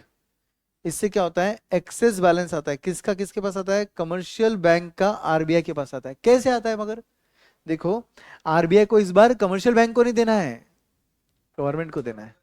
RBI के दो बच्चे, right, एक bank और एक government. तो अगर मुझे दूसरे बच्चे को खाना दिलाना है तो मुझे पहले बच्चे को थोड़ा कम देना पड़ेगा ना खाना, तो मैं क्या कर रहा हूँ, इनसे ले रहा हूँ और इनको दे रहा हूँ, बराबर है कि नहीं। तो जब जब गवर्नमेंट को शॉर्ट टर्म के लिए नीड है, तब तब मैंने क्या किया है, कमर्शियल बैंक से रिजर्व लिए हैं, मतलब पैसा लिया है, और वो पैसा दिया है गवर्नमेंट को। तो कैन वी से गवर्नमेंट के एक्सपेंडिचर्स जब बढ़ने वाले, या गवर्नमेंट जब आरबीआई से बोरो करता है, तब आरबीआई बैंक्स से पैसा लेता है। सिंपल इफेक्ट समझा everyone. Now coming to monetary policy objectives. Objectives of monetary policy, same objective जो आपने फिस्कल के वक्त था, प्राइस स्टेबिलिटी, मगर फिस्कल के वक्त था इकोनॉमिक डेवलपमेंट, यहां पे आ रहा है इकोनॉमिक ग्रोथ। मतलब यहां पर अपन क्वांटम ऑफ मनी की बात, क्वांटम ऑफ प्रोडक्शन की बात कर रहे हैं। ध्यान से समझो, इकोनॉमी में जितना पैसा रहेगा उतना क्वांटिटी ऑफ आउटपुट चेंज होगा, करेक्ट। इकोनॉमी में कितना पैसा रहेगा कौन डिसाइड करेगा, आरबीआई। अब वो पैसा कहां जाएगा और कहां से आएगा, गवर्नमेंट के पास। ये प्लानिंग गवर्नमेंट जब फिजिकल के थ्रू करता है तो उससे डेवलपमेंट इफेक्ट होता है। फिर से सुनो, बहुत सिंपल है, ये पूरी इकोनॉमी है, ठीक है, मैं आरबीआई, ये गवर्नमेंट, मेरे हाथ में क्या है, मॉनेटरी पॉलिसी, इसके हाथ में क्या है, फिजिकल पॉलिसी। पहले सबसे पहले इकोनॉमी में पैसा रेडी होना चाहिए, वो काम किसका, आरबीआई का। मैंने पैसा छापा, किसके थ्रू समझाइए मुझे, मतलब किसके थ्रू मैंने ये डिसाइड किया कि पैसा छापना है इकोनॉमी की नीड के हिसाब से। फिर मैंने पैसा छाप के डायरेक्टली पब्लिक के हाथ में दिया, क्या बैंक्स को दिया, बैंक्स के थ्रू पब्लिक को गया। अच्छा, जितना मैंने छापा इकोनॉमी में उतना ही पैसा है क्या, नहीं, उससे बहुत ज्यादा है, कम नहीं बहुत ज्यादा है, क्योंकि ये क्या कर रहे हैं, क्रेडिट क्रिएशन कर रहे हैं। सोचो ना, इकोनॉमी में कुछ पैसा ऐसा है जो है ही नहीं बट इकोनॉमी में है, लॉजिकली। कैसे सर, अरे 1000 रुपये मैंने दिए थे, मगर उसने लोन दिया, फिर इसने दिया, इसे तो चलते जा रहा है, 1000 का 10,000 बन गया, ऊपर का 9,000 कहाँ है, एक्चुअली है ही नहीं, वो क्रेडिट क्रिएशन हुआ है, जो सिर्फ बैंक्स के बुक्स में दिख रहा है कि मैंने इसको दिया, उसने उसको दिया, उसने इसको दिया। लॉजिकल इकोनॉमी में अगर रोकड़ा बोला तो कितना पैसा आया था, 1000 ही आया था। समझा क्या कुछ। तो ये मनी सप्लाई पूरा आरबीआई ने डिसाइड किया। अब ये मनी सप्लाई में पब्लिक के हाथ में पैसा जाएगा इन द फॉर्म ऑफ लोन्स, फिर आगे बिजनेस होंगे, फिर ये बिजनेसेस टैक्सेस कितना देंगे, ये पैसा जो इनके हाथों में, ये कितना बोरो करेगा, और ये पैसा वापस घुमा के इन पर कितना खर्च करेगा, ये फिस्कल डिसाइड कर रहा है। कुछ समझा क्या। तो लॉजिकली स्पीकिंग पैसा कितना बनेगा ये आरबीआई डिसाइड कर रहा है, मतलब आरबीआई कितना बन रहा है क्वांटिटी में वो दिख रहा है, तो ग्रोथ। बट वो पैसा कितना कहां से आएगा कहां जाएगा ये गवर्नमेंट डिसाइड कर रहा है। तो फिस्कल के थ्रू डेवलपमेंट हो रहा है और आरबीआई के थ्रू ग्रोथ हो रहा है। तो आरबीआई के ऑब्जेक्टिव में ग्रोथ आएगा, फिस्कल के ऑब्जेक्टिव में डेवलपमेंट आएगा। छिपा गया अच्छे से अभी, 2 पिलर्स, मजा आएगा आपको समझने में। तो ये है वो कनेक्टिंग लिंक। उसके बाद ensuring adequate flow of credit. कौन से सेक्टर में एडुकेट फ्लो रहना चाहिए, मेनली प्रायोरिटी सेक्टर में, mainly priority sector. Priority sectors कौन से होते हैं, जिसमें आरबीआई बोलता है बैंक्स को कि ज्यादा क्रेडिट दो। For example, real estate down हो रहा है सपोज, तो मैं बोलूंगा होम लोन सस्ते करो, होम लोन ज्यादा दो, बराबर है कि नहीं। क्या हो गया भाई, अच्छा, और अगर ऑटोमोबाइल डाउन हो रहा है तो फिर मैं इनको बोलूंगा कि व्हीकल लोन सस्ते करो, और मैं बोलूंगा व्हीकल पे ज्यादा लोन दो। करेक्ट। तो ये एजुकेशन, अगर मुझे दिख रहा है कि लिटरेसी रेट नीचे जा रहा है तो मैं बोलूंगा एजुकेशनल लोन ज्यादा दो। तो ये बन गए मेरे प्रायोरिटीज। डिपेंड करता है इकोनॉमी में कि प्रायोरिटीज क्या है। RBI time to time circulars भेजता है इनको, और ये आगे प्रायोरिटी सेक्टर्स को लेंड करते हैं। राइट।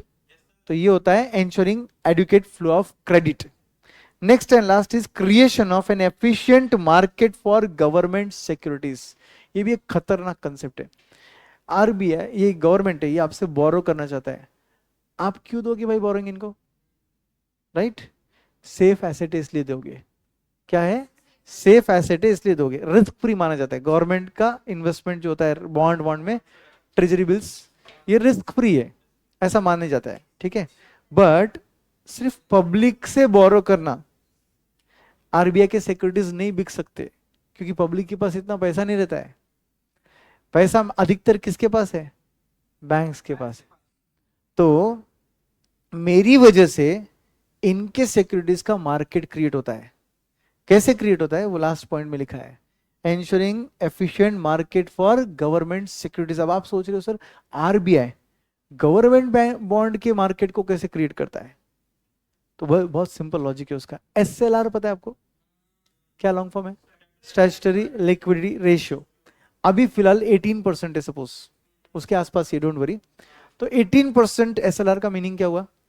जितना भी पब्लिक से इन बैंकों के पास डिपॉजिट आया है, net time deposits, demand and time deposits, उसका 18% इनको खुद के पास 3 फॉर्म में रखना अलाउड है।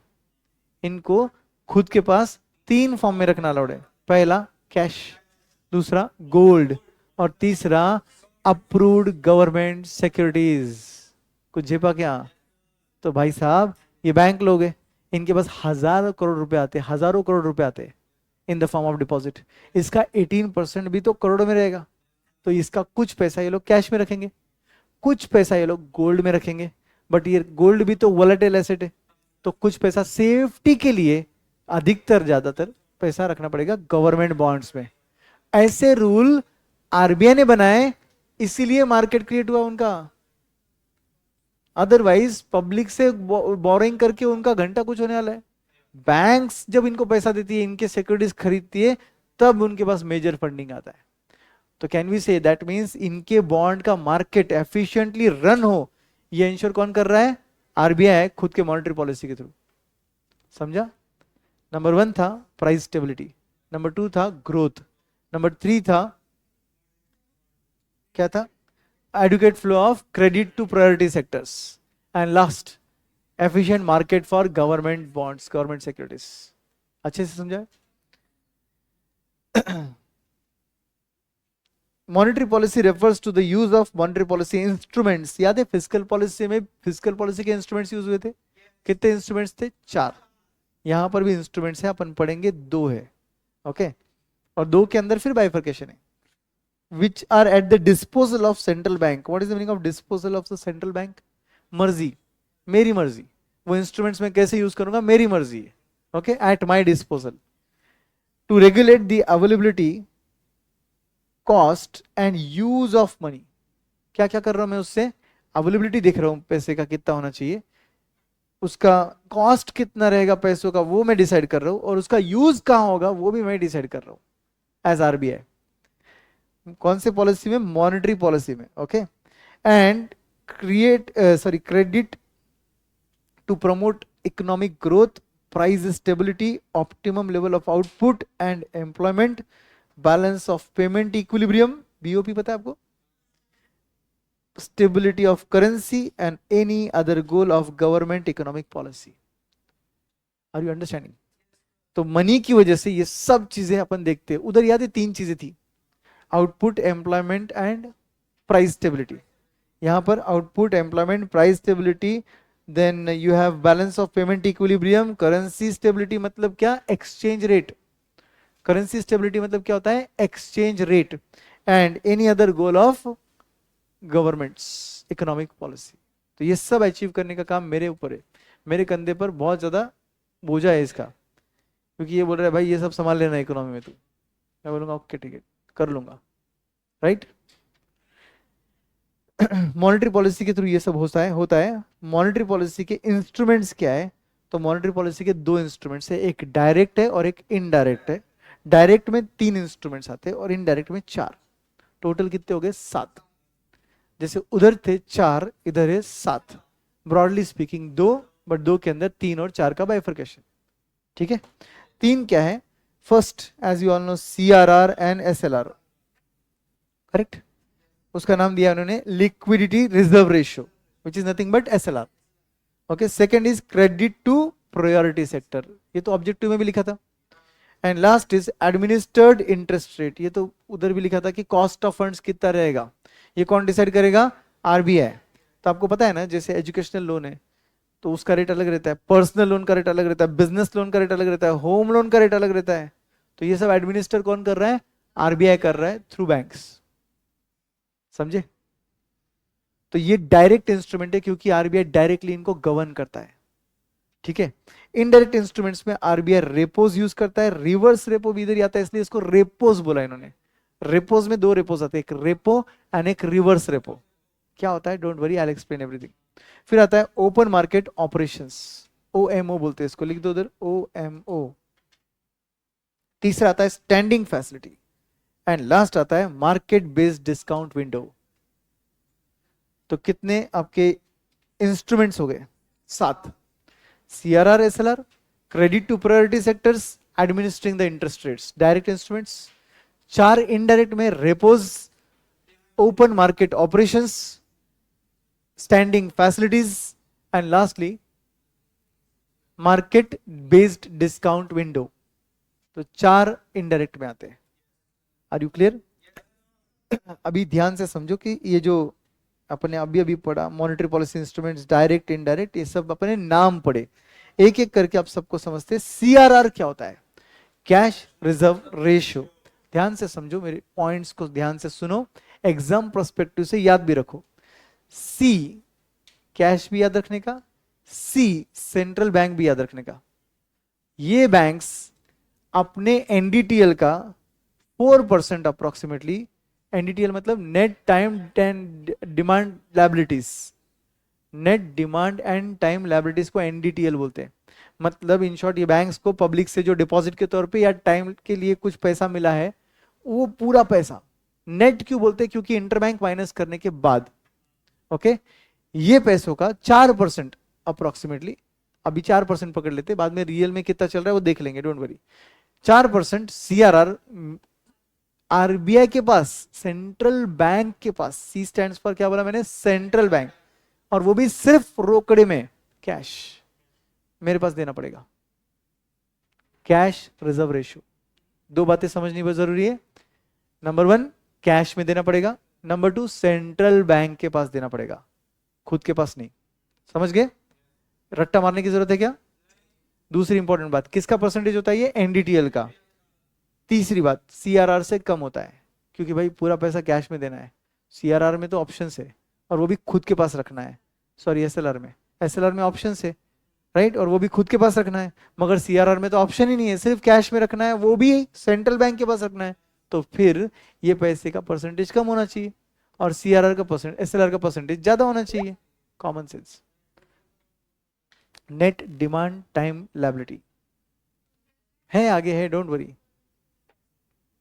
उधर ही लिखा है, देखो, net demand and time liabilities मिला तो लिखा, एक बार पढ़ लो क्या लिखा है। CRR refers to the fraction of total NDTL of scheduled commercial bank in India which should be maintained as, double underline करो, cash deposit with reserve bank, उधर लिख सकते हैं आप सेंट्रल बैंक,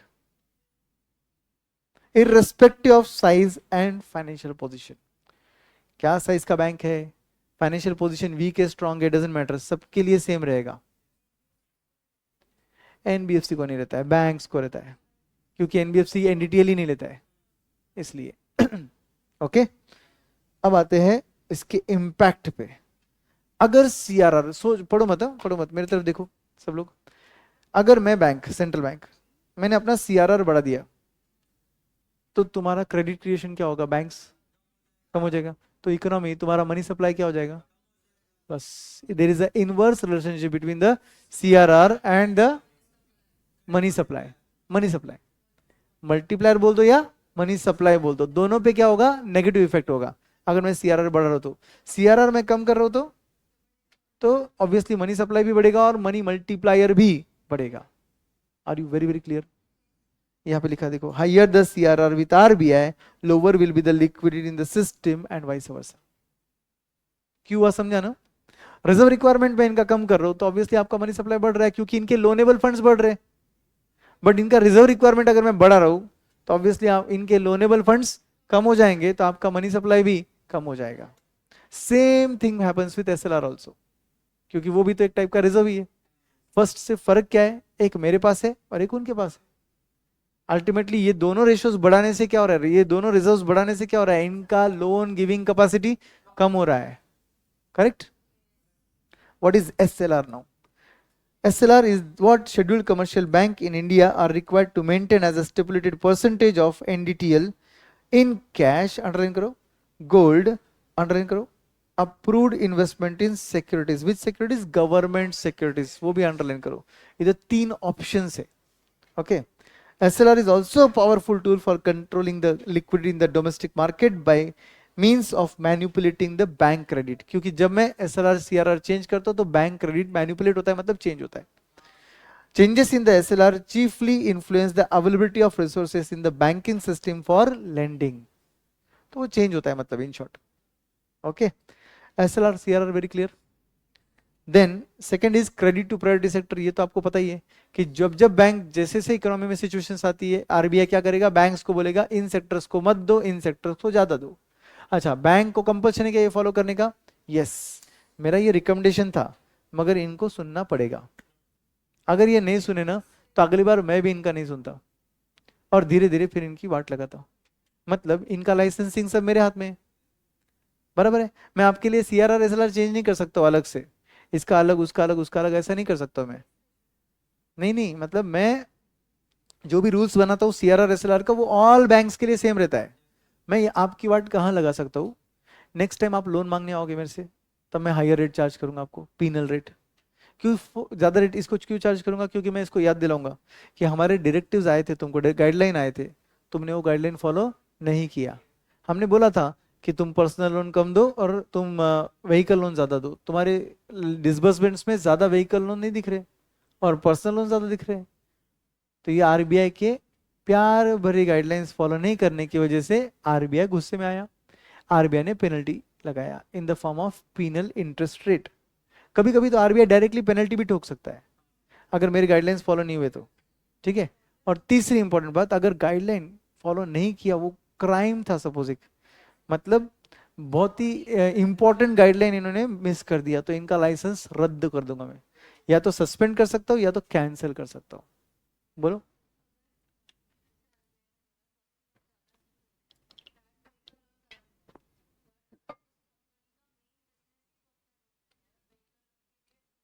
ऐसा कुछ नहीं रहता, बैंक का ऐसा कुछ नहीं रहता, बैंक का ऐसा कुछ नहीं रहता। बैंक को पैसा मांगने के लिए सब लोग आते।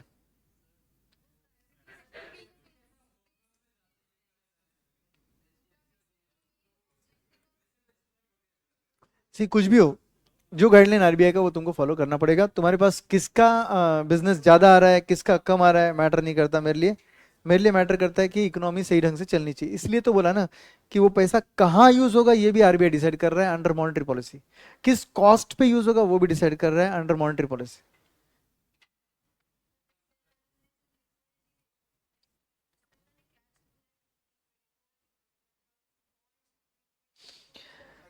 बताता हूँ मैं आपको, बॉन्ड लिक्विडिटी में कैसे आएगा वो आपको अभी समझेगा।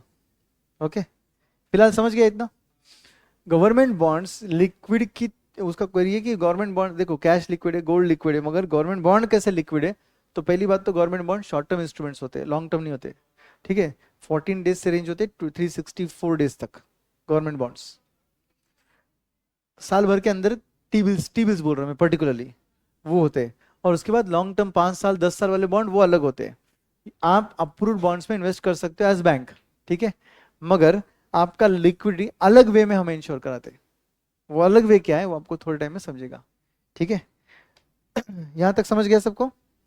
CRR SLR क्लियर है? Okay. Credit to priority sector clear है? यस। उसके बाद अपन ने लिखा है वहां पर एडमिनिस्ट्रेड इंटरेस्ट रेट, वो क्लियर है। हर लोन में सेम रेट ऑफ इंटरेस्ट नहीं होता, कुछ रेट ऑफ इंटरेस्ट बढ़ाते, कुछ रेट ऑफ इंटरेस्ट कम करते। जहां रेट ऑफ इंटरेस्ट RBI बढ़ाने बोल रहा है वहां पे वो क्रेडिट कम देने बोल रहा है, इन शॉर्ट।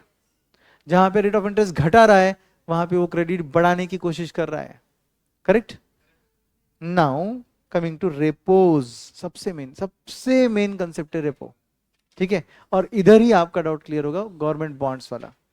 रेपो मतलब क्या होता है? एक ऐसा रेट जिस पर, सुनो अच्छे से, हाँ, एक ऐसा रेट जिस पर RBI लोन दे रहा है कमर्शियल बैंक को। ये 3 कमर्शियल बैंक है, इनको मैं मतलब ये लोग कभी भी मुंह उठा के आएंगे और मैं उनको लोन दे दूं क्या? कुछ तो क्राइटेरिया लेना पड़ेगा ना, लोन कितना दूं, ओके। तो मैं इनको बोलता हूं आपके पास वो जो अप्रूव्ड गवर्नमेंट सिक्योरिटीज है ना, या फिर गवर्नमेंट सिक्योरिटीज है ना, वो पहले मुझे बेचो with a promise to repurchase, तब मैं आपको लोन देता हूं। सुनो, बहुत इजी मैकेनिज्म है। ये लोन मांगने आए, मैंने बोला कोई बात नहीं, सिक्योरिटीज बेचो, पैसा लो, ठीक है। जिस रेट से मैंने वो पैसा दिया वो है रेपो रेट, समझ गए? अब सपोज 1000 करोड़ लिया इन्होंने इस बैंक ने, रेपो रेट है सपोज 6%, 60 का इंटरेस्ट हो गया, बट 365 डेज इन ईयर होते हैं, इन्होंने लिया सपोज 50 डेज के लिए, इंटू 50 किया अपन ने, 8.22 होता है। What is 8.22 crore? इंटरेस्ट। कितना पैसा लिया था? 1000 करोड़। अब ये क्या बोलेगी मालूम है क्या? मैं इसको क्या बोल रहा हूँ कि तू 1000 करोड़ के मुझे सिक्योरिटीज दे, 1000 करोड़ ले, 1000 करोड़ यूज कर, 50 डेज बाद मुझे वापस से वो 1000 कितना था, 1008.22 करोड़ दे, सिक्योरिटीज ले जा। हाँ, क्योंकि भाई मैं RBI को कल जाके तुमने पैसा लिया और गायब हो गए तो तुम्हारा पैसा डूब गया, तो जैसे तुम आगे लोन देने के वक्त क्या बोलते हो मालूम है ना? तुम आगे लोन देने के वक्त क्या बोलते हो? ये कस्टमर तेरे पास आया लोन के लिए, तू क्या बोलती है? सिक्योरिटी दे, लोन ले, जब लोन क्लियर हो गया तो सिक्योरिटीज वापस ले ले। तो मैं भी तो तेरे को यही बोलूंगा, बट तेरे पास ना घर है, ना गाड़ी है, ना बंगला है, तू बैंक है। तो मैं बोल रहा हूँ कोई बात नहीं, तेरे पास सिक्योरिटीज गवर्नमेंट की है ना, वो तेरे एसेट्स है, वो तू मेरे पास रख, और जब लोन क्लियर कर लेगी तो वापस ले लेना। सिंपल मैकेनिज्म समझा बोरो करने का? अब समझा कि ये लिक्विडिटी कैसे क्रिएट कर रहा है बैंक्स के लिए, कैसे क्रिएट कर रहा है? They are able to borrow from me as a security, मैं लेने को तैयार हूं और आपको पैसा देने को तैयार हूं, समझे क्या? So that's called repo. यहां पे देखो रेपो के बारे में क्या लिखा है, रेपो रेट। मिला क्या सबको? repo or repurchase option is a collateralized lending because bank borrows money from RBI to fulfill their short-term monetary requirement by selling the securities to RBI with an explicit agreement to repurchase the same at predetermined date and at fixed rate. The rate charged by RBI for this transaction is called as repo rate. जेपा क्या? बहुत technical है economics, मजा आता है पढ़ने में actually. समझे क्या ओवरऑल? तो अब रिवर्स रेपो भी वर्क करता है। रेपो क्या था? तुम्हारी जरूरत थी बोरोइंग करने की।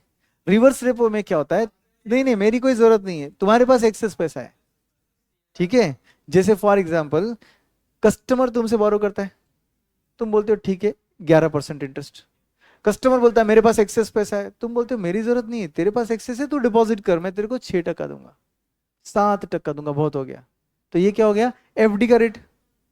वैसे ही सेम आप लेंड ज्यादा रेट से कर रहे हो और इनसे बोरो कम रेट से कर रहे हो, तो मैं भी सेम करूंगा आपके साथ, जैसी करनी वैसी भरनी। तो मैं बोलूंगा तुमको लोन चाहिए रेपो रेट 6%, तुम्हारे पास एक्सेस पैसा है, मेरे को जरूरत नहीं है, बट तुमको रखना होगा, मैं रिवर्स रेपो से इंटरेस्ट दूंगा 3.75%। हाँ कम रेट ऑफ कोर्स। ये जो डिफरेंस तुमने लेंडिंग और बोरिंग में रखा ये तुम्हारा प्रॉफिट है, तो जो डिफरेंस मैंने रखा ये मेरा प्रॉफिट है। आरबीआई भी तो प्रॉफिट में रहना चाहिए ना। अगर आरबीआई प्रॉफिट में नहीं रहेगा तो तुम बैंक कैसे चलोगे फिर? मैं ही डूब जाऊंगा, मैं ही बैंकरप्ट हो जाऊंगा, तो तुमको संभालेगा कौन? समझा क्या? इसलिए तो बोलते हैं ना बैंकर टू बैंक्स, बराबर है कि नहीं एवरीवन? तो reverse repo is nothing but exactly reverse. तो इसमें भी मैकेनिज्म वैसे ही वर्क करता है। माने में क्या, मैं आपको सिक्योरिटीज बेचता हूं, आपसे पैसा लेता हूं विद एक्सप्लिसिट प्रॉमिस कि मैं रिपर्चेज करूंगा, और फिर वो रिपर्चेज के लिए भी कैलकुलेशन वैसी रहेगा जैसे अपन ने अभी बोला। तो is reverse repo clear? Repo clear हुआ? दोनों को मिलाकर क्या बोलेंगे? Repos.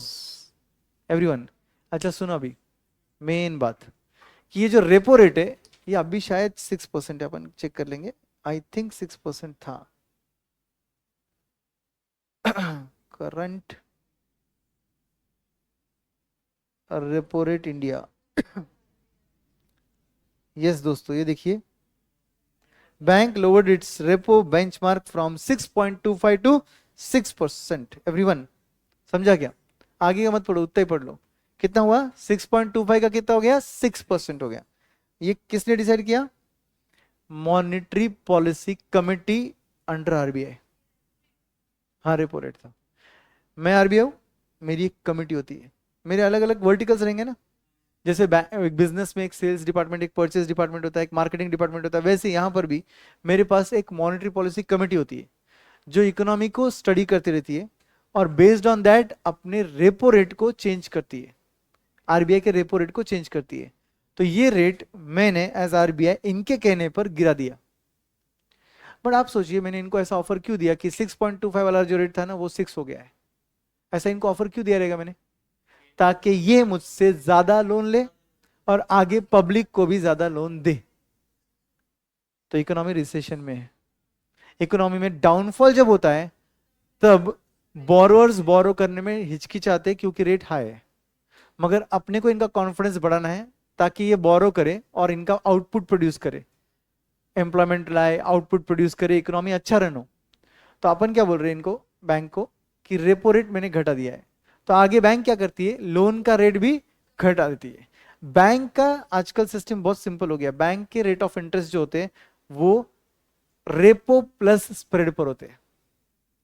Spread, repo plus spread मतलब क्या? सपोज ये बोरोर इस बैंक के पास गई लोन के लिए, इनके बीच में जो एग्रीमेंट साइन होता है ना वो ऐसा नहीं होता है कि 11% से लोन दिया। इनके बीच एग्रीमेंट साइन होता है रेपो प्लस 5%। तो वो 5% को बुलाते हैं स्प्रेड। तो अभी रेपो था 6.25, तो तुम्हारा लोन का रेट था 11.25। अब मैंने रेपो चेंज कर दिया तो आपका लोन का रेट हो गया 11%। 5 इज फिक्स, उसका मार्जिन है समझ लो वो, जिसमें उसका ऑपरेटिंग कॉस्ट आ गया और प्रॉफिट आ गया। झेपा क्या? इसको बोलते हैं रेपो प्लस स्प्रेड। और आप एज बोरोअर इस बैंक के साथ स्प्रेड पर बार्गेनिंग कर सकते हो। ये सुन लेना अच्छे से, एज अ सीए बाद में काम में आएगा तुमको। तुम जब बार्गेनिंग करोगे तो किस पे बार्गेनिंग करोगे तुम? स्प्रेड पर। कि भाई तुम स्प्रेड 5% का क्यों रख रहे हो, 3.5 का रखो, 3.8 का रखो, वो बैंक 4 पे देने को तैयार है, 4 तो कर दो। समझा कुछ? तो इस तरीके से आप स्प्रेड पर बार्गेनिंग करते हो। Reverse repo clear? Repo reverse repo everyone okay. अब सुनो, कभी कभी ऐसा होता है ये लिक्विडिटी एडजस्टमेंट फैसिलिटी पढ़ लो, उसी से कनेक्टेड है इसलिए ये पढ़ लो। LAF liquidity adjustment facility is a facility extended by RBI to scheduled commercial bank excluding RRBs. What is RRBs? Regional rural bank, उनको नहीं मिलता। बाकी प्राइमरी डीलर्स ऑफ करेंसी रहेगा उनको भी मिलता है। प्राइमरी डीलर्स ऑफ करेंसी मतलब जो करेंसी में डील करते हैं। जैसे फॉर एग्जांपल मैं यूएस जा रहा हूं तो मैं डॉलर खरीदूंगा तो मैं एचडीएफसी के पास जाके खरीद सकता हूँ। तो एचडीएफसी बन गया primary dealer of currency. HDFC एक बैंक भी है और डीलर ऑफ करेंसी भी है। तो बैंक्स क्या कर रही है, ये फैसिलिटी आरबीआई क्या कर रहा है? बैंक्स को भी दे रहा है और डीलर ऑफ करेंसी को भी दे रहा है। ओके क्या फैसिलिटी है देखो अभी, टू अवेल, अंडरलाइन करो, of liquidity in case of requirement और park excess funds with RBI in case of excess liquidity on an overnight basis against the collateral of government securities including the state government securities. मतलब इन banks के पास या कोई foreign currency dealer के पास अगर overnight basis पे, मतलब एक रात के लिए पैसा कम गिर रहा है, कुछ टाइम के लिए पैसा कम गिर रहा है, वो मेरे पास आ सकता है. उसकी लिक्विडिटी को मैं एडजस्ट करने को तैयार हूं, मगर उसके पास होना चाहिए गवर्नमेंट सिक्योरिटी. उस गवर्नमेंट सिक्योरिटी को मैं गिरवी रखूंगा और उसको ओवरनाइट बेसिस पे पैसा दे दूंगा. बट ये सर ओवरनाइट बेसिस पे ऐसा कैसा जरूरत गिर सकती सर?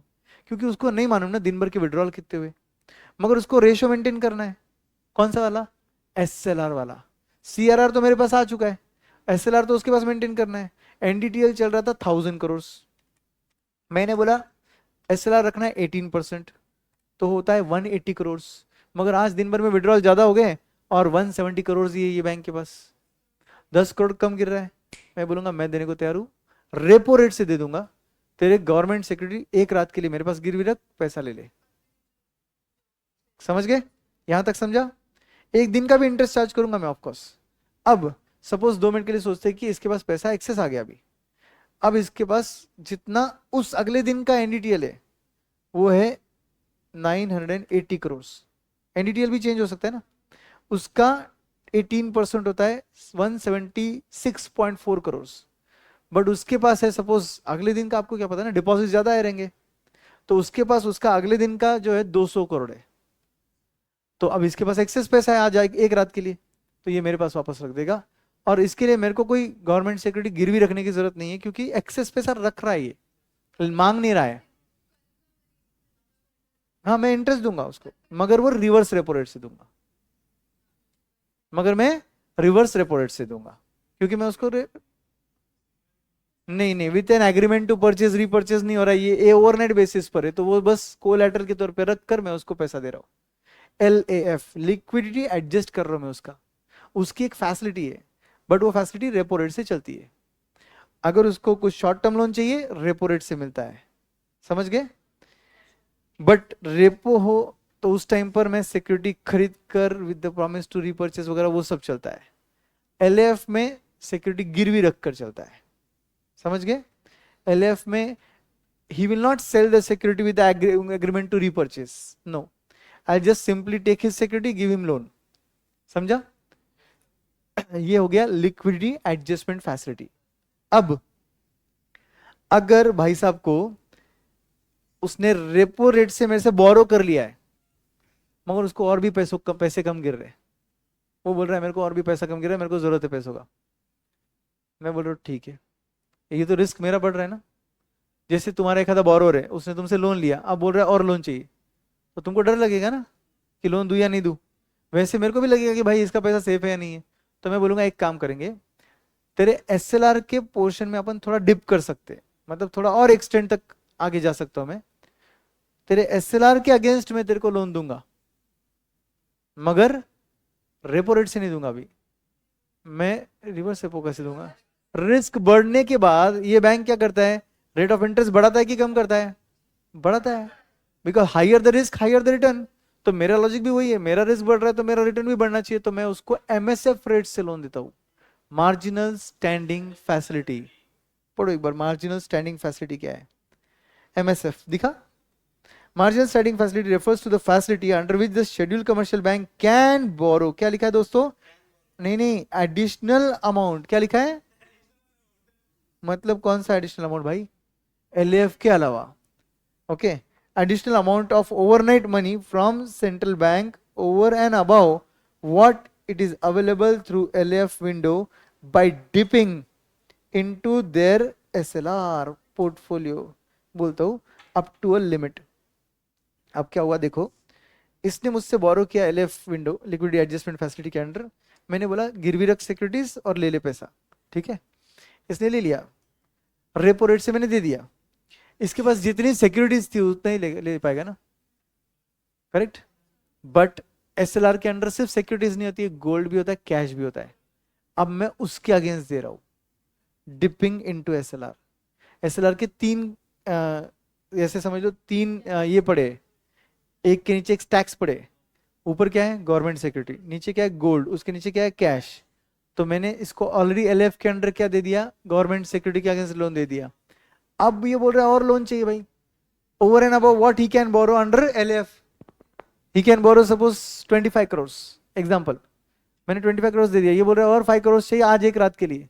मैं बोल रहा हूँ कोई बात नहीं, मैं गोल्ड गिरवी रख रहा हूँ और तेरे को लोन दे रहा हूँ, मगर अप टू एक्सटेंट, कितना भी मांगेगा तो नहीं मिलेगा। पूरा गोल्ड तेरे पास रहेगा, तू बोलेगा पूरा गोल्ड गिरवी रख, मैं वो ऐसा भी नहीं करूंगा, क्योंकि एसएलआर तेरे खुद के लिक्विडिटी के लिए होता है, रिजर्व के लिए होता है। तो मैं 2% 5% के अंदर उसको उसके अगेंस्ट लोन देने को तैयार हूं, मगर क्योंकि रिस्क बढ़ रहा है तो ये जो रेट रहेगा ये 6.25 रेट रहेगा, ज्यादा रहेगा। रेपो कितना था 6, ये रहेगा 6.25 एग्जाम्पल। हाँ एमएसएफ ज्यादा रहता है, जैसे अभी का एमएसएफ अगर अपने को देखने का है,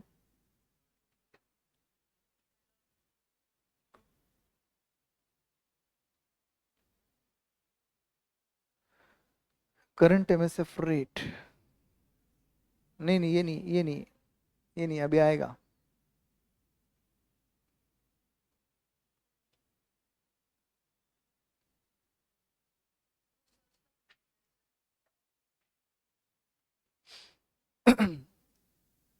करंट एमएसएफ रेट 6.5 रहना चाहिए मेरे मुताबिक, क्योंकि रेपो से जस्ट ऊपर रहता है वो, ऐसा 11 वगैरह नहीं रहता है, बैंक डूब जाएगा।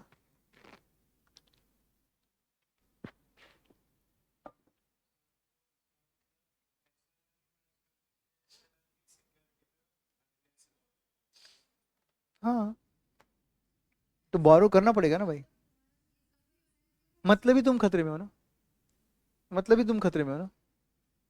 और ऐसा नहीं है कि जो अपना ये है क्या बोलते हैं, जो अपना बैंक है उसके पास सिर्फ उतना ही एसएलआर, उतना ही गवर्नमेंट सिक्योरिटी रहना जरूरी नहीं है। 6.25 है ना, 6.2, ये तो अभी तक दिखा ही रहा है अभी। ठीक है 6.25 सेम कैसे रहेगा, रेपो कम हो गया ना मैडम, रेपो पहले 6.25 था ना, तो एमएसएफ 6.5 था, तो 25 बेसिस पॉइंट बोलते हैं इसको, क्या बोलते हैं 25 बेसिस पॉइंट का स्प्रेड, स्प्रेड मतलब गैप, तो ये उसके ऊपर चला गया अभी। नहीं नहीं नहीं, दे रही यही बड़ी बात है, निगोशिएट क्या करेंगे, समझे, उनको दे रही यही बड़ी बात है। क्या हो गया भाई साहब, अच्छा बंद कर दिया ऑलमोस्ट अभी तो।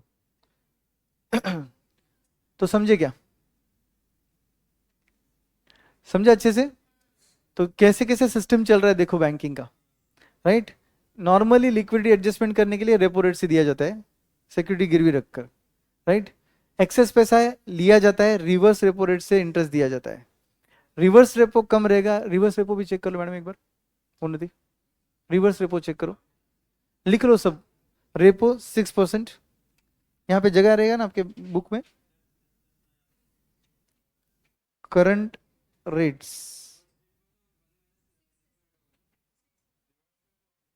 रिवर्स रेपो 6 नहीं है, 3.35। अब सुनो, रुको रुको रुको, वैसा मत लिखो। करंट रेट्स, इंटरेस्ट कॉरिडोर बोलते हैं इसको, क्या बोलते हैं इंटरेस्ट कॉरिडोर, मतलब इंटरेस्ट का रेंज इंडिया में सबसे हाईएस्ट रेंज जो होता है ना वो एमएसएफ होता है, उससे नीचे रेपो होता है, और सबसे नीचे रिवर्स रेपो होता है। और रिवर्स रेपो अभी कितना है 3.35% है, मतलब इतने रेट से आरबीआई तुमसे पैसा लेता है, ठीक है। रेपो है 6%, इतने रेट से आरबीआई तुमको लोन देता है, और एमएसएफ है 6.25। Loan loan, reverse repo loan ले रहा है आरबीआई, रेपो में लोन दे रहा है आरबीआई, और एमएसएफ में लोन दे रहा है मगर हाइयर रेट से दे रहा है, क्योंकि इस बैंक ने क्या किया खुद का लिमिट यूज कर लिया। कौन से लिमिट, जो गवर्नमेंट सिक्योरिटीज बोरो करके लोन ले सकता है उसका लिमिट यूज कर लिया, अंडरस्टूड। अच्छा दिख रहा है क्या, रिवर्स रेपो सबसे नीचे 3.35, उससे ऊपर रेपो है 6%, सबसे ऊपर एमएसएफ रेट है 6.25%। और आपने सुना एक नाम बैंक रेट, बैंक रेट अभी सिर्फ नाम के लिए रह गया, it is now aligned with MSF rate. तो बैंक रेट इधर आ गया अभी, मतलब ये क्या है, बैंक रेट जो कोई काम का अभी नहीं है। पहले क्या होता था, आरबीआई बैंक रेट डिसाइड करता था, अब आरबीआई का मेन रेट बन गया रेपो रेट। आरबीआई क्या डिसाइड करता है अभी, सिर्फ रेपो रेट डिसाइड करता है, ऑटोमेटिकली बाकी रेट्स चेंज होते हैं। इसलिए रेपो रेट को पॉलिसी रेट बोलते हैं। क्या बोलते हैं, पॉलिसी रेट। अरे अरे वैसा नहीं है, it is said that way कि RBI is borrowing from commercial bank, ऐसा है वो। और मेरे को जरूरत गिरती है, ये है ना मेरे पास गवर्नमेंट, है ना, वो बोलेगा मेरे को भी लोन चाहिए तो मुझे इनसे लेकर उधर देना पड़ेगा।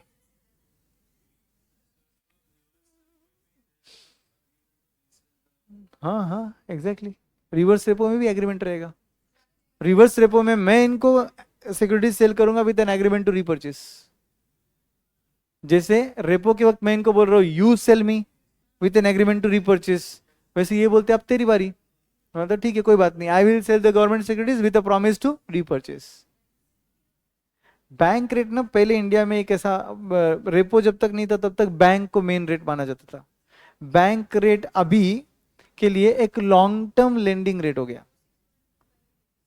हाँ 6.25 है, इसलिए तो मैंने एमएसएफ को अलाइन कर दिया। Now it is just a signalling rate and it is now aligned with MSF rate. अगर बैंक रेट का एग्जैक्ट यूज अभी बताओ क्या है, तो bank rate is the rate at which RBI discounts the commercial bills of commercial bank, bill of exchange. Correct. जैसे कि सुनो बात, आप कस्टमर हो, आपका बिल ऑफ एक्सचेंज किसके पास आओगे आप डिस्काउंट करने, बैंक के पास। तो ये बिल ऑफ एक्सचेंज मेरे पास लेके आते हैं ये लोग, और जिस रेट से मैं डिस्काउंट करता हूँ वो एमएसएफ रेट है, which is not called MSF, it is called bank rate, it is called bank rate. Obviously अगर मैं तेरे को 6.25 चार्ज कर रहा हूँ तो तू उनको 8% चार्ज करेगी, समझे।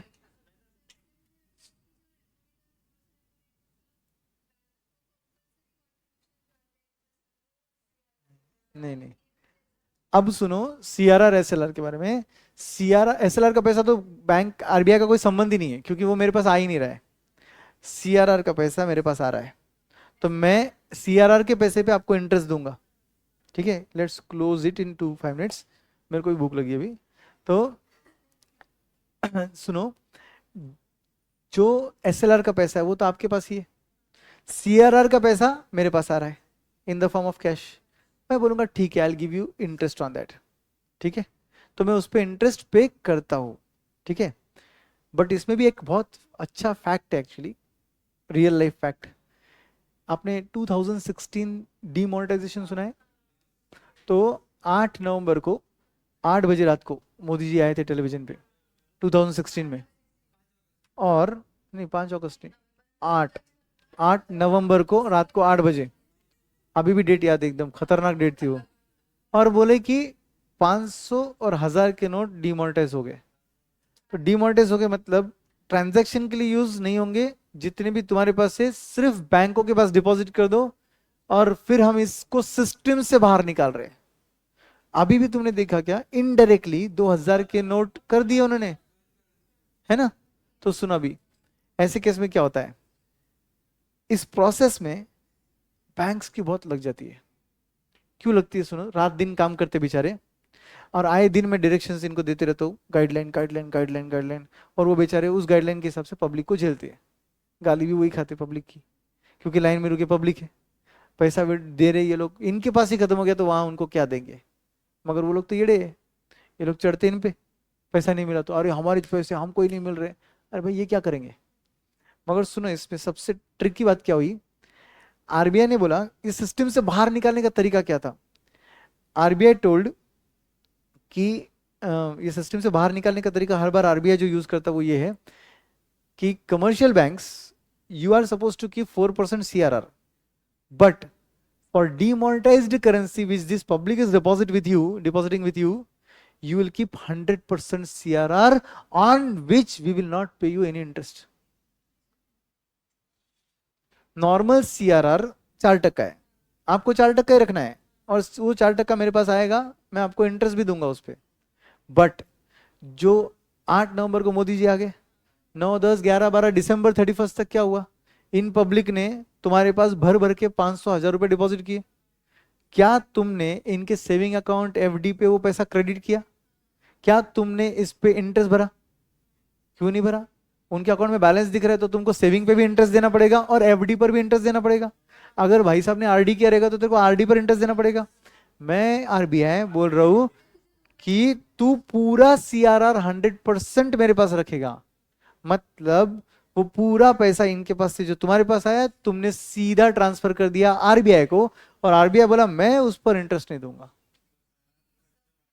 हाँ हाँ, तो बैंक के हद तक सिर्फ आउटगोइंग इंटरेस्ट था, इनकमिंग इंटरेस्ट कुछ था ही नहीं बेचारे।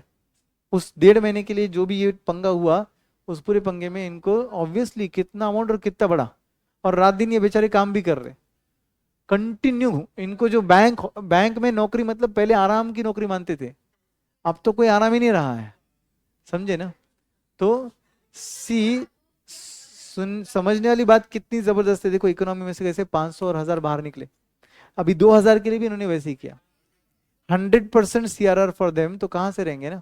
जितना तुमने डिपॉजिट किया उतना इन्होंने मेरे को ट्रांसफर किया CRR के तौर पे। धीरे धीरे किए, उन्होंने कोई झटका नहीं दिया इस बार। पहले से क्यों किया धीरे धीरे, उसका रीजन है, 2 रीजन है उसके, 2। पहला रीजन है कि पब्लिक पैनिक हो जाता है, और दूसरा रीजन है बैंकों का बड़ा नुकसान हुआ ये CRR वाला पहले वाले किस्से में। तो बैंक भड़क गए कि हम इस बार नहीं कर सकते डिमोनेटाइजेशन, अगर तुम कर रहे हो तो तुम एक काम करो, तुमको अगर चाहिए कि 2000 रुपए तुम विड्रॉ करने वाले हो सिस्टम से, तुम हमको अभी से बोल दो, हम वो पब्लिक में सर्कुलेट ही नहीं करेंगे, और तुम्हारे पास CRR के तौर पे देंगे, तुम उस पे इंटरेस्ट भी दोगे, समझे? तो बैंक फिर RBI बोली ओके नो प्रॉब्लम, चलो वैसे करते हैं।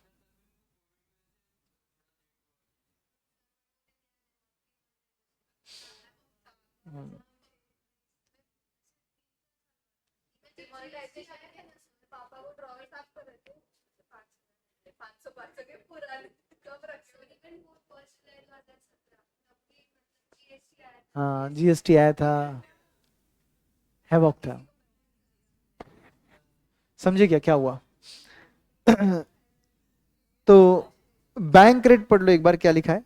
Bank rate is the rate is defined as the standard rate at which Reserve Bank is prepared to buy or rediscount the commercial bill of exchange or commercial bills eligible for purchase under Act. Which Act? Negotiable Instrument Act. तो जिस rate से वो discount कर रहे हैं, bye कर रहे हैं, उसको बोलते हैं bank rate. Bank rate is aligned with MSF rate, मतलब जुड़ चुका है MSF के साथ, अब अलग से डिटरमाइन नहीं होता। Therefore, as and when MSF rate changes alongside the policy repo rate, मतलब क्या, रेपो चेंज करते हैं लोग, मैंने बोला ना आपको, रेपो चेंज हुआ तो 25 बेसिस पॉइंट से MSF चेंज हो जाता है, और उसकी वजह से बैंक रेट चेंज हो जाता है। तो ये लोग चेंज सबको नहीं करते बैठते, repo reverse repo, repo reverse repo हर क्वार्टर में एक बार होता है। अगर इकोनॉमी में जरूरत रहेगी तो उसके बीच में भी होता है, एवरी क्वार्टर में एक बार होता है, मतलब हर 3 महीने में एक बार, करेक्ट?